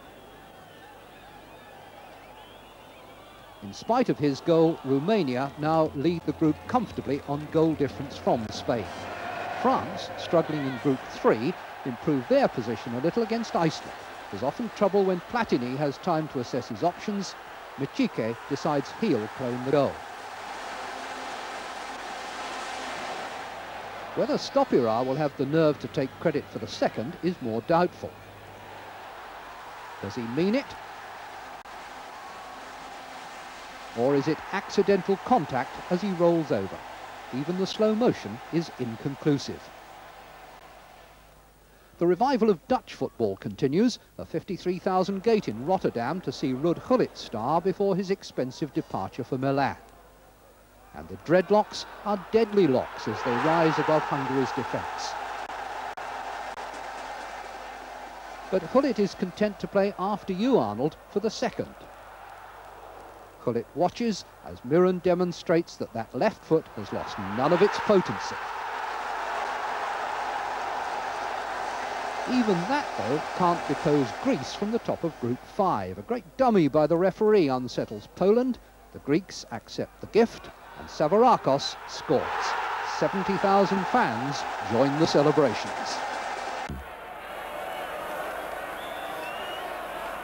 Bezanov's lofted centre, headed by Zavarov, provides the lead against East Germany.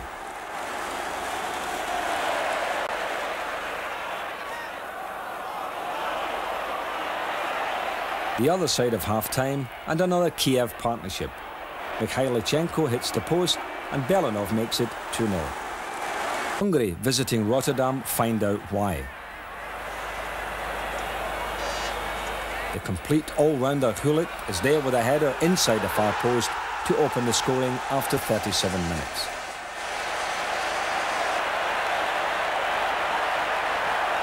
Three minutes later, and it's all over thanks to the cheek and experience of Muren.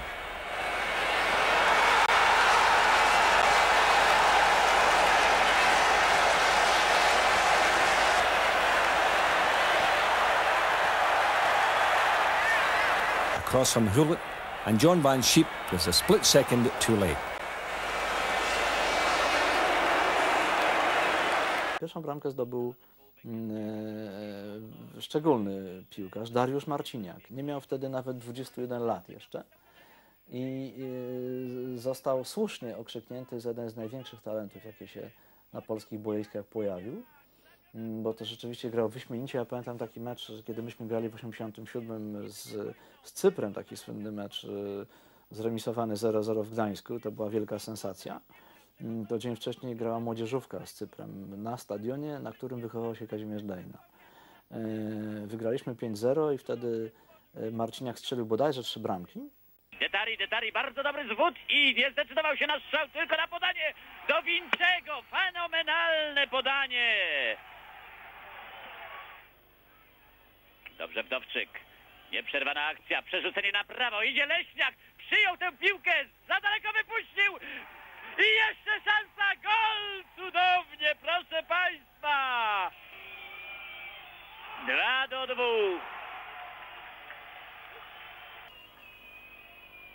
Peter, mocne, aż cóż to za uderzenie, jakaż to była, proszę Państwa, petarda. Na razie szansa przed gospodarzami. Detari, podkręcona piłka, ajajaj. Jeszcze walczą nasi zawodnicy i słusznie, Smolarek. I rusza tam Leśniak i główka cudowna jego partnera z Bundesligi.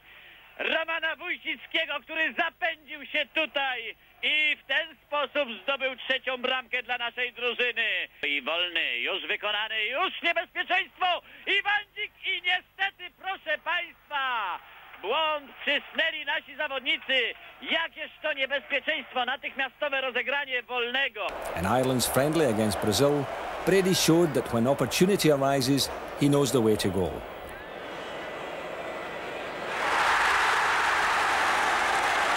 He condemned them to their first ever defeat in Dublin.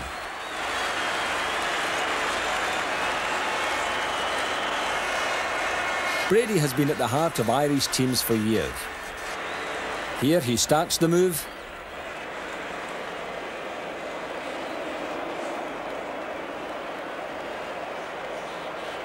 And finishes it off.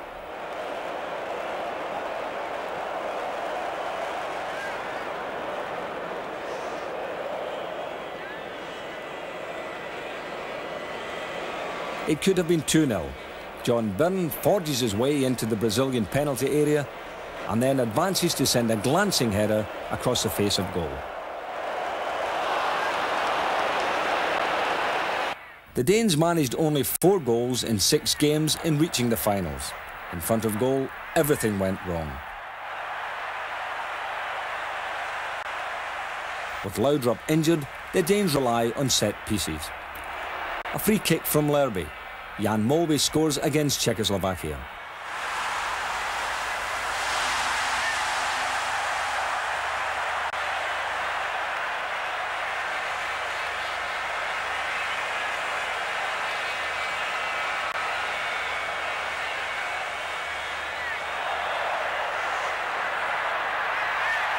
Denmark come close to a second.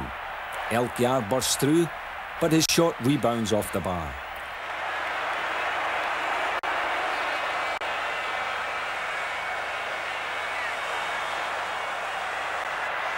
The Czechs cash in on that escape with a free kick of their own. Hasek heads the equaliser.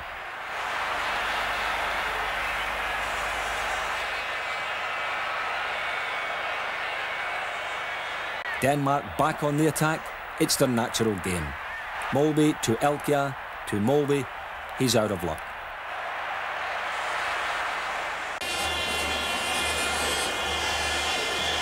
In a special challenge match against World Cup holders Argentina, Vialli rounds Cachufo and scores from an acute angle.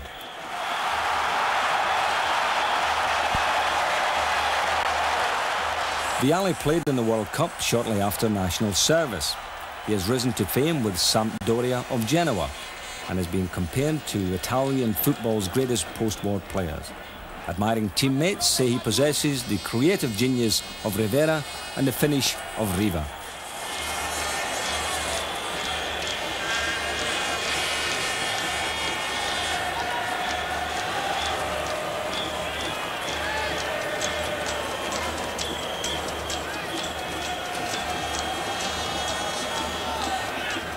Giuseppe Giannini's pass unlocks the offside trap. Away goes Vialli. He creates the widest possible angle by using his right foot to shoot home.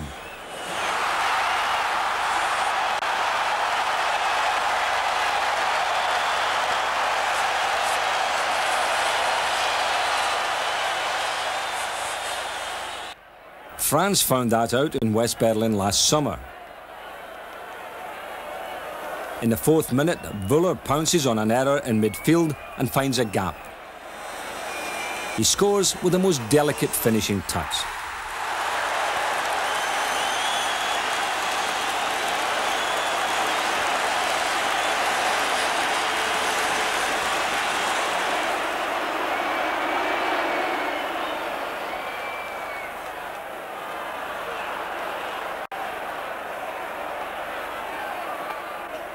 Five minutes later, the French in disarray concede a corner.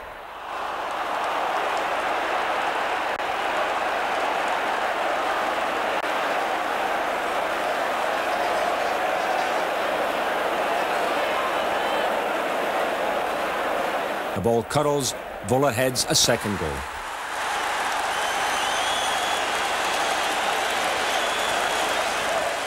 For it. West Germany in white, England in red, but comparisons with the 1966 World Cup final faded when Pierre Littbarski fired in the Germans' opening goal.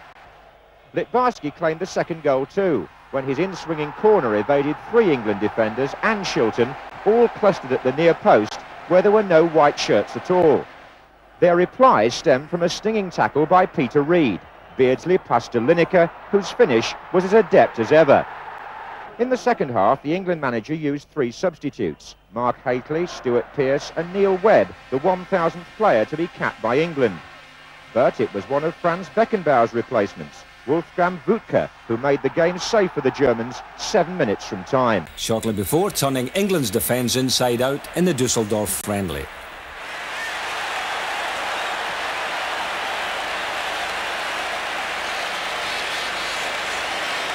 Litbarski has a stunning shot, as England goalkeeper Peter Shilton found out.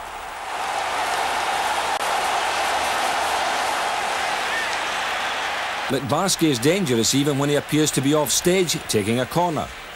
This one caught England unawares.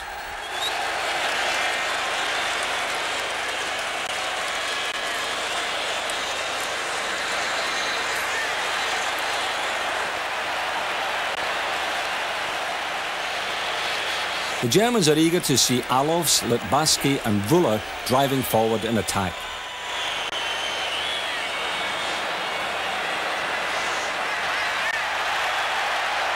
They must beware of overconfidence at the back. The European finals will feature plenty of forwards, only too eager to emulate Gary Lineker, should the German defence drop their guard.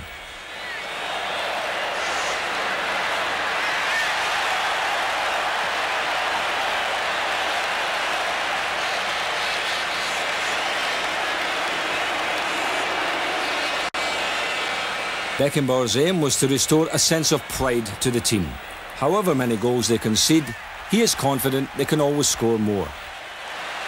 They can, while Ton is there in midfield, and while there are reserves and substitutes who can score goals like this one from Wolfram Wuttke.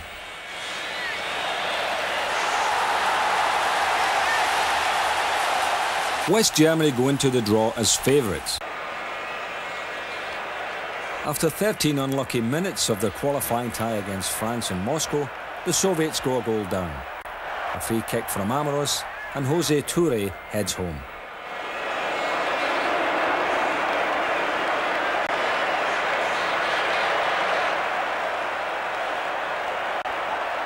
France, desperate to hold on to their European crown, pack the defence in front of keeper Batz.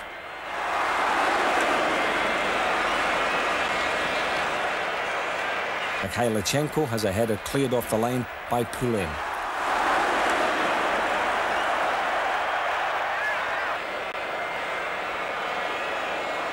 But with 13 minutes left, a mistake by Poulain opens the way for Protasov to cross. And Mikhailichenko finally breaks down French resistance. France, kings of Europe, are out. Luxembourg take a shock lead in the qualifying tie in Dublin. The scorer, Armin Krings. The Irish attack, orchestrated by Brady. Ashley Grimes provides a cross for Frank Stapleton to score his 18th goal for his country. Quarter of an hour from the end. Defender McGrath volleys home the winner to take Ireland top of their group. In a friendly against Greece, he heads this powerful goal.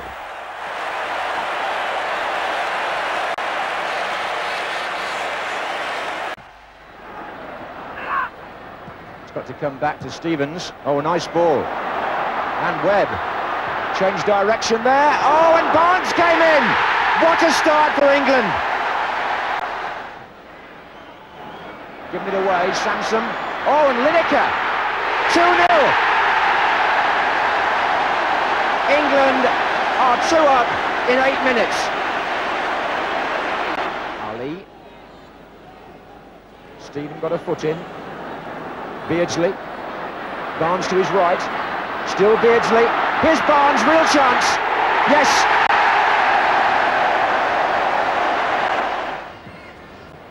Robson. Lineker's touch. Robson. Webb.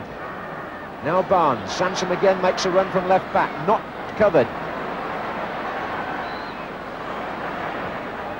Robson's there.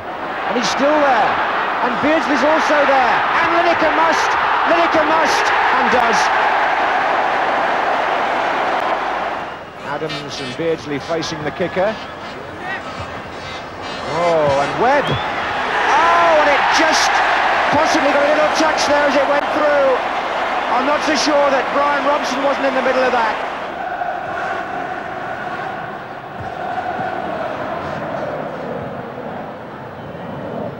Robson.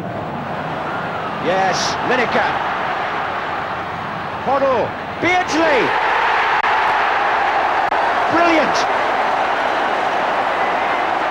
Whatever the opposition, that's a quality goal. I think one or two of the England players, stung by the criticism after the West Germany defeat, have just dug in a bit tonight as Robson plays the ball through to Lineker, and Lineker has scored another hat-trick for England.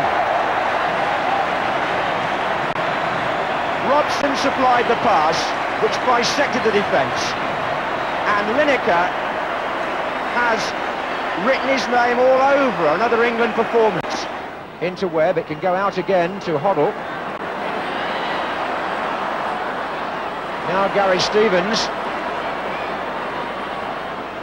And Hoddle. And Webb this time. Well, the man who came in scores from a pass by the man he initially replaced. Poland have to take their punishment along with the rest. Poland battle in vain to keep their qualifying dream alive. Araskevich proves gaps can be forced in the Dutch defence.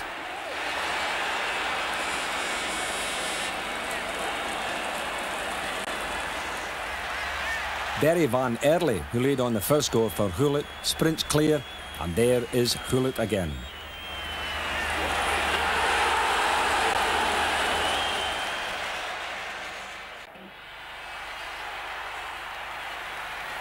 He called on all that experience to be in the right place at the right time against Wales in Copenhagen.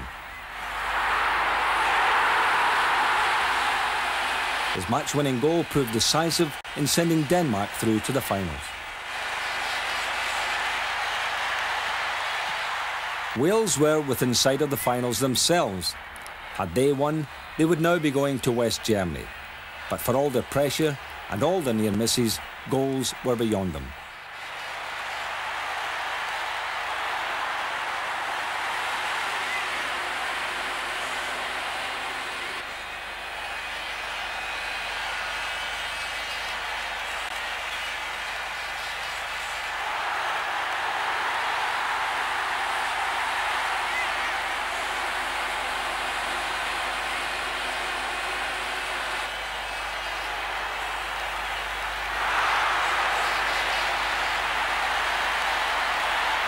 But as he emphasised next time out against group favourites Bulgaria, he isn't slow in coming forward.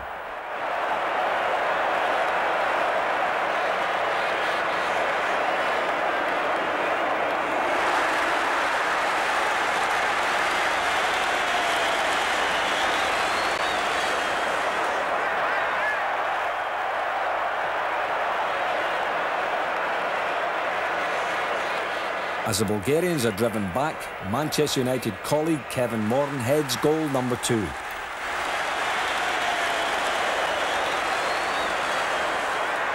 The match did not have a happy ending. Dutch referee Jan Keizer sends off Liam Brady.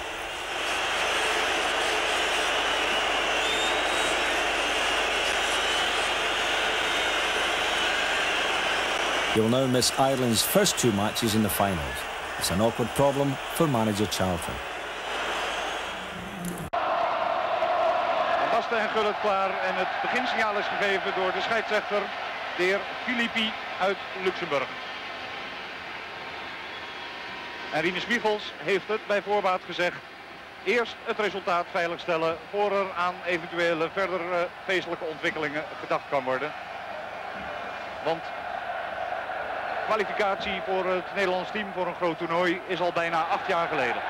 Eerste goede opening op Berry van Aarle aan de rechterkant. Bosman komt in de punt van de aanval en het is al 1-0.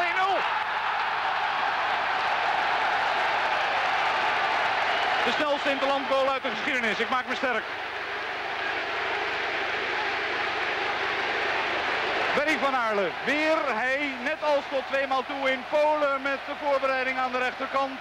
Een misser van Socrates en Bosman die afrondt. Zijn tweede interlandgoal. De eerste maakte hij op Cyprus.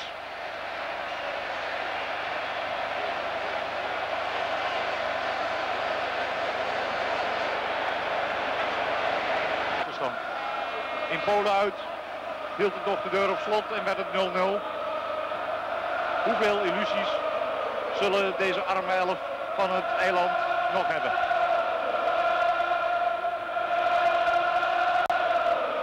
Van Aarle. Met een droomcarrière in het Nederlands elftal tot nu toe. Vanenburg. Van Tichelen. En daar ontploft een geweldig projectiel in het strafschopgebied van Cyprus. De scheidsrechter, die dat waarschijnlijk in zijn eigen land ook niet gewend is, laat doorspelen. Terwijl de Cypriotische keeper aangeslagen in zijn doel staat. En dat kan ik me indenken ook. Want dat was een knal.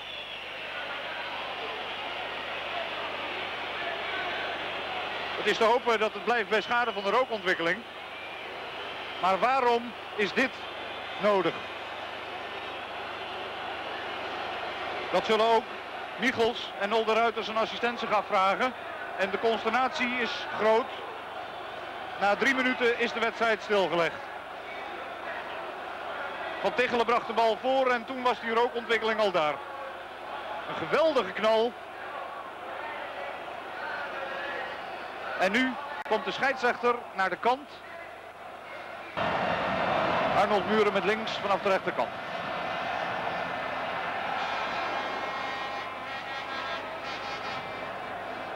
Vanenburg.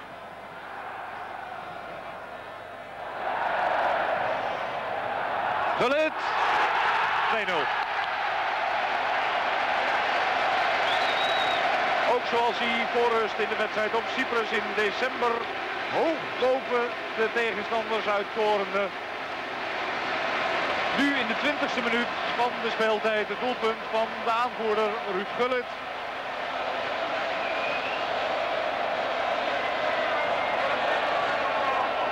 Niet te houden.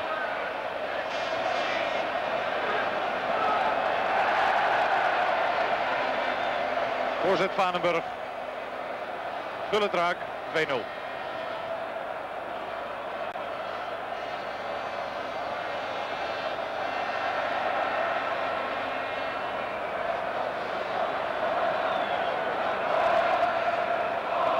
In voorwaartse richting.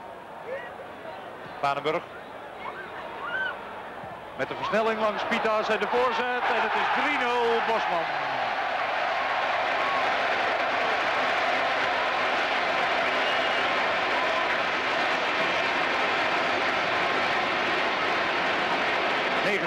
Minuut. Derde feest. Na de versnelling van Vanenburg die hem langs Pitas bracht. En Bosman die voor de tweede keer de roos raakt.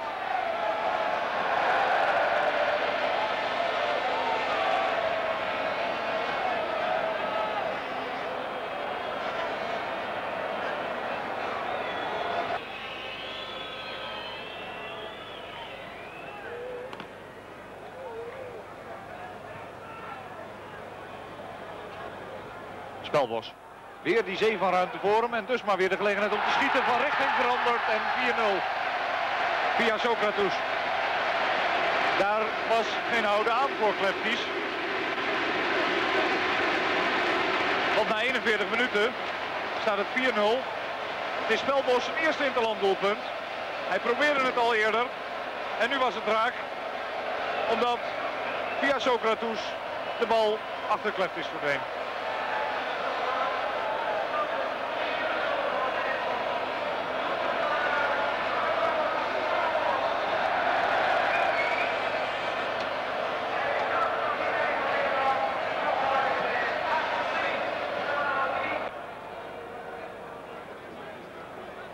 Spelbos.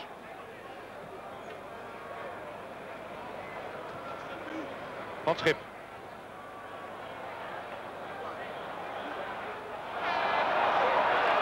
Met links in de korte hoek. 5-0. Was even zoeken voor Van het Schip, maar dan had hij toch de ruimte. En klopte die Klefties. Van het Schip, die uit nood aan de linkerkant moet spelen. Maar daar ook uit de voeten kan. En nu bovendien met links scoort. Zijn tweede interlanddoelpunt. Het eerste scoorde hij in een uitwedstrijd vriendschappelijk tegen West-Duitsland.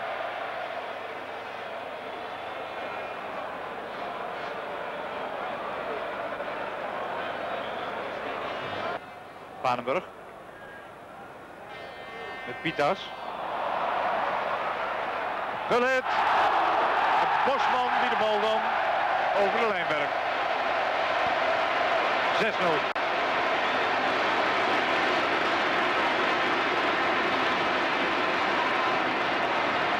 Het is de 8e minuut van de tweede helft. Vanenburg.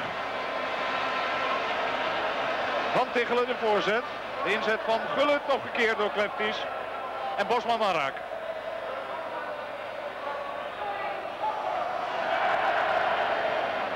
Dat is een derde vanavond.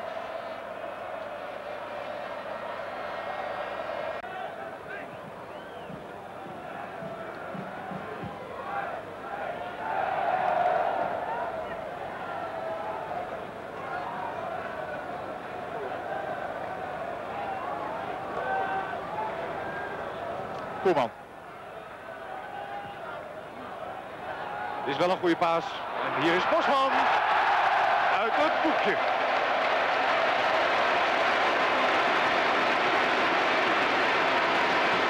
Koeman logisch straf. Mijn woorden dat hij het niet helemaal heeft. Want dit was een perfecte aangever. Gullit die de lange paas op het hoofd neemt.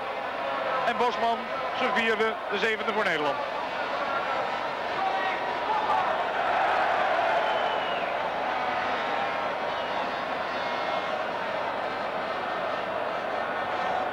En dat is lekker.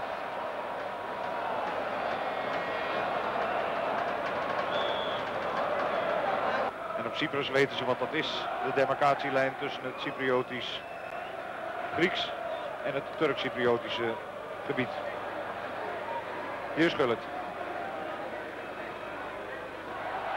Langs de tegenstander. En bingo, nummer 8. Als ik het goed geteld heb. Dat klopt. Nummer 5 voor Johnny Bosman. Gullit speelt met zijn tegenstander Christoforu. En Bosman bij de eerste paal.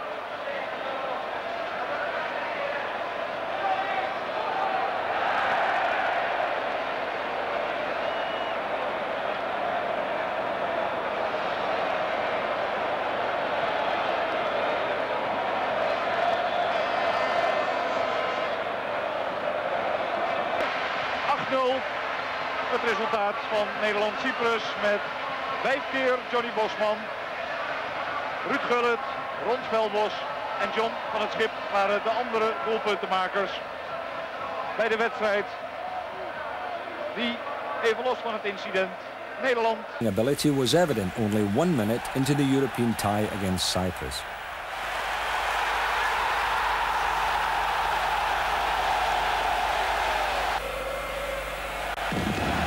Moments later, and Dutch celebrations are clouded by the smoke bomb hurled at Cypriot goalkeeper Sharatoun. The match is held up for an hour before Holland can get back to business.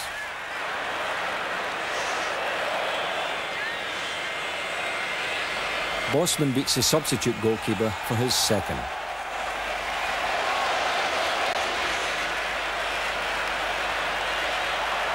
Then Hullet glides in. Bosman scores his third.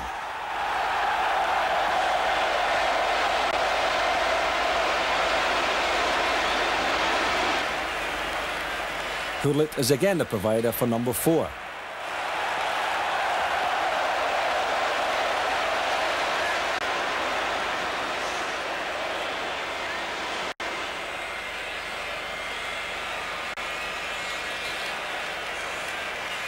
And again for number 5.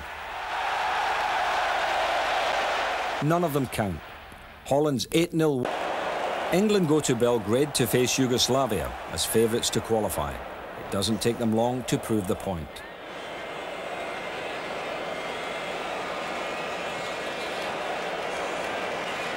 An end-to-end move is started by Peter Shilton.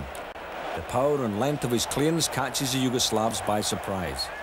Not Beardsley though, and England are one up after only 4 minutes.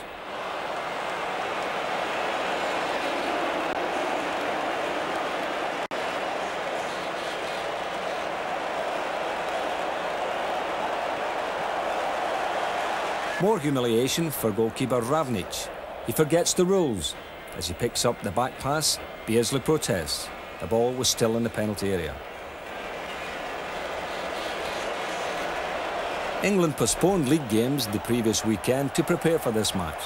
Now that preparation pays off in the execution of the free kick. Robson touches the ball for Barnes to shoot home.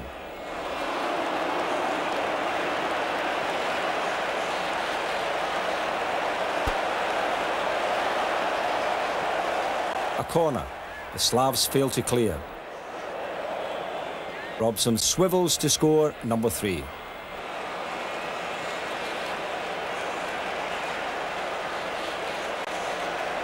A corner on the right. Tony Adams climbs to head his first international goal.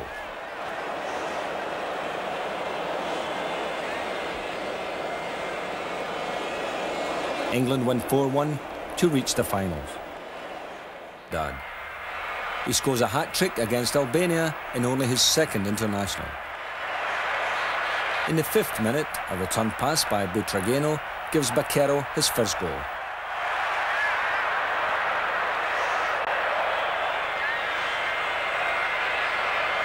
After 31 minutes, Baquero's second. A low cross from Michel catches the keeper out of position.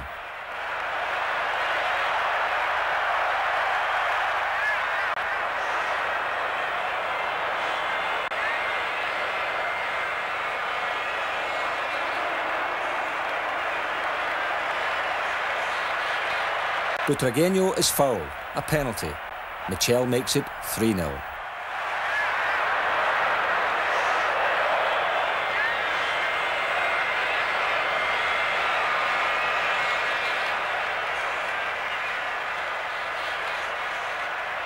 In the second half, and substitute winger Paco Llorente makes it 4-0.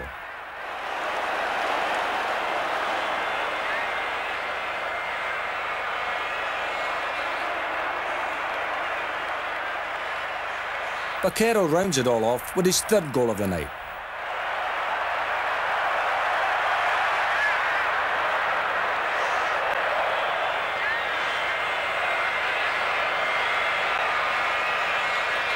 He completes his hat-trick with a little bit of luck, thanks to a defender's leg.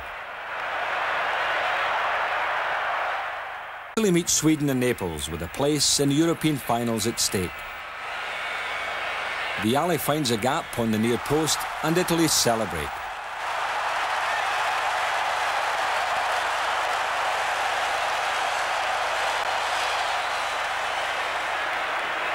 Joy is short-lived as Sweden hit back.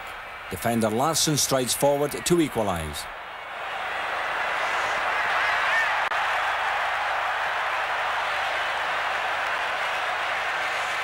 In the last minute of the first half, D'Agostini takes a free kick. Vialli crashes the ball into the net.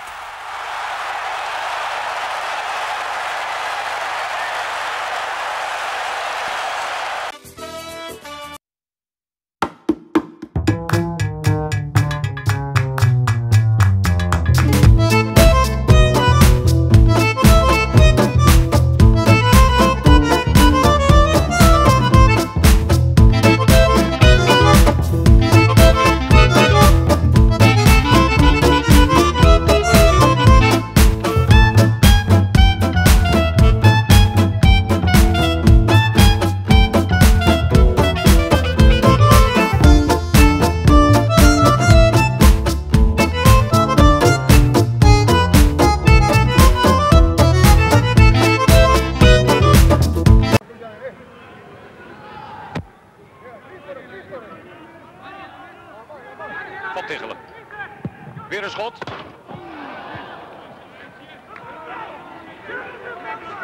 De echo van de deklat galmde door het stadion. Nou, galmde. Klonk.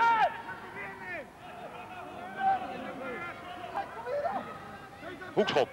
Tweede van Nederland van het schip. Bosman. 33 minuten en 55 seconden. Het heeft wat langer geduurd dan de vorige keer. Maar weer is het Bosman die de bal licht toucheert. En weer is het Bosman die Nederland aan de leiding brengt.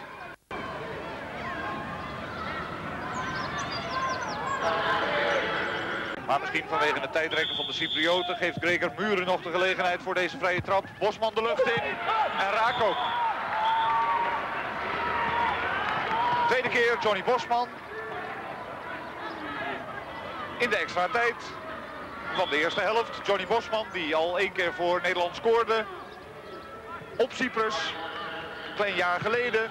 En nu voor de tweede keer doeltreft.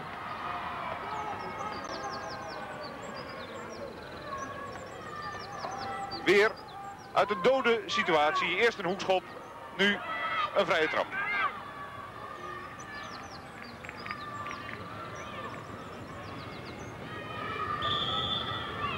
Ronald Koeman voor Nederland.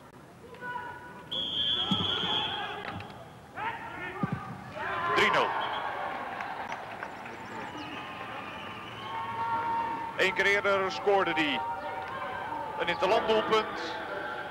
Dat was in Groningen, in zijn geboortestreek tegen IJsland. Nu via een strafschop in zijn 19e interland de tweede treffer.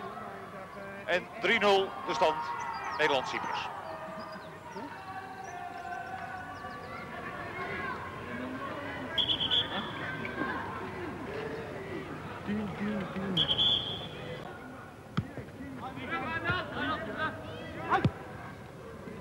Gullit. Van Schip. Bosman met het hoofd. 4.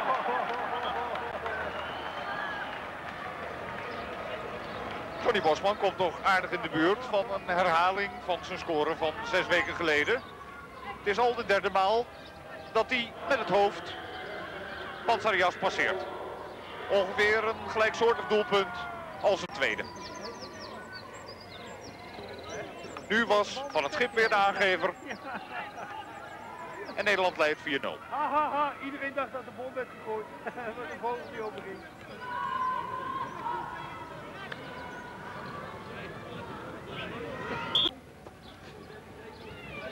Drie keer Johnny Bosman en Ronald Koeman uit een strafschop waren de doelpuntenmakers voor het Nederlands elftal. En daarmee is de zaak afgesloten. Record books because of that hooligan smoke bomb. You have to start all over again behind closed doors.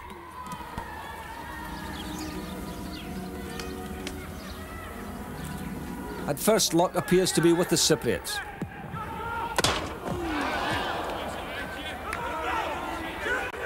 But when Bant Sheep curls in his corner, there is the inevitable Bosman.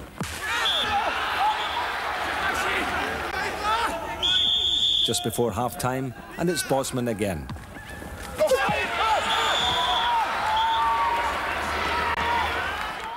Gullit is at the heart of the action as Bosman completes his hat-trick and Holland's 4-0 victory.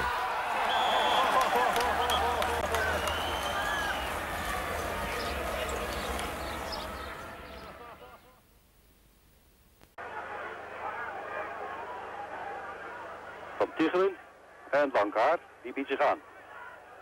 Troost is aanspeelbaar.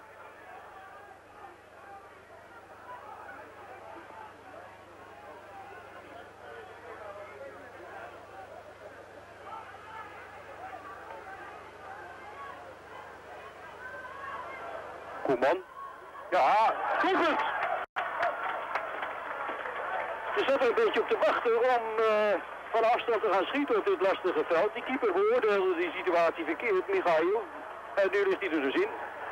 Koeman.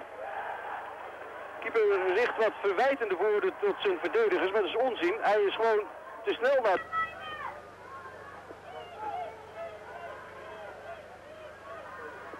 Vanenburg, Bosman, Vanenburg. Gillaus in de spits, Kruisen achterin. Gillaus.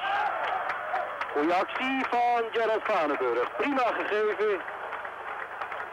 En het is Gillaus die dat afmaakt. De keeper die loopt daar wel heel raar, dat moet eraan worden toegevoegd.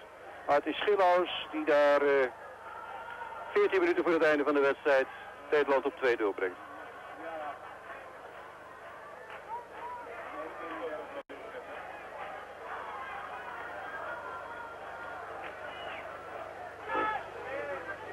Nederland komt verdedigend uit.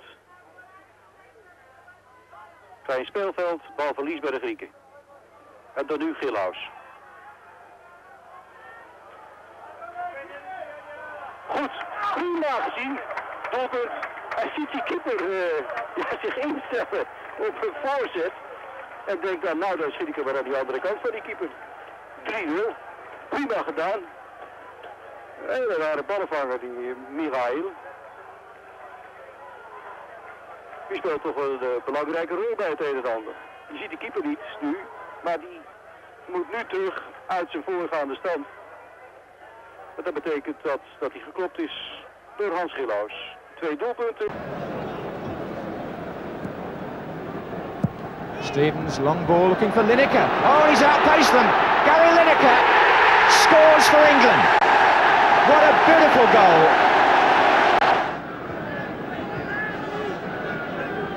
And Hullet makes a run again. Kenny Sant having to be aware here. And Hullet got the ball back and Bosman goes in. And there's a goal for Holland by John Bosman.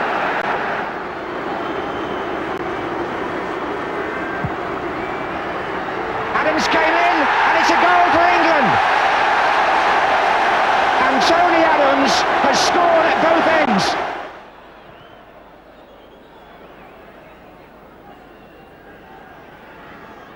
Garcia. Alvarez, oh, a bit elaborate there. This is Robson, well played. Waddle. Lineker. Oh, yes, it's there. Super goal by Gary Lineker. Escobar and Pereira forward.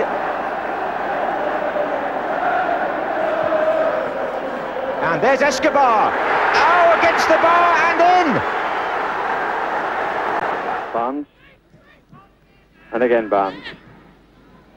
Loses out for Geiger, won by Robson. I think it's beginning to get a little bit irritated.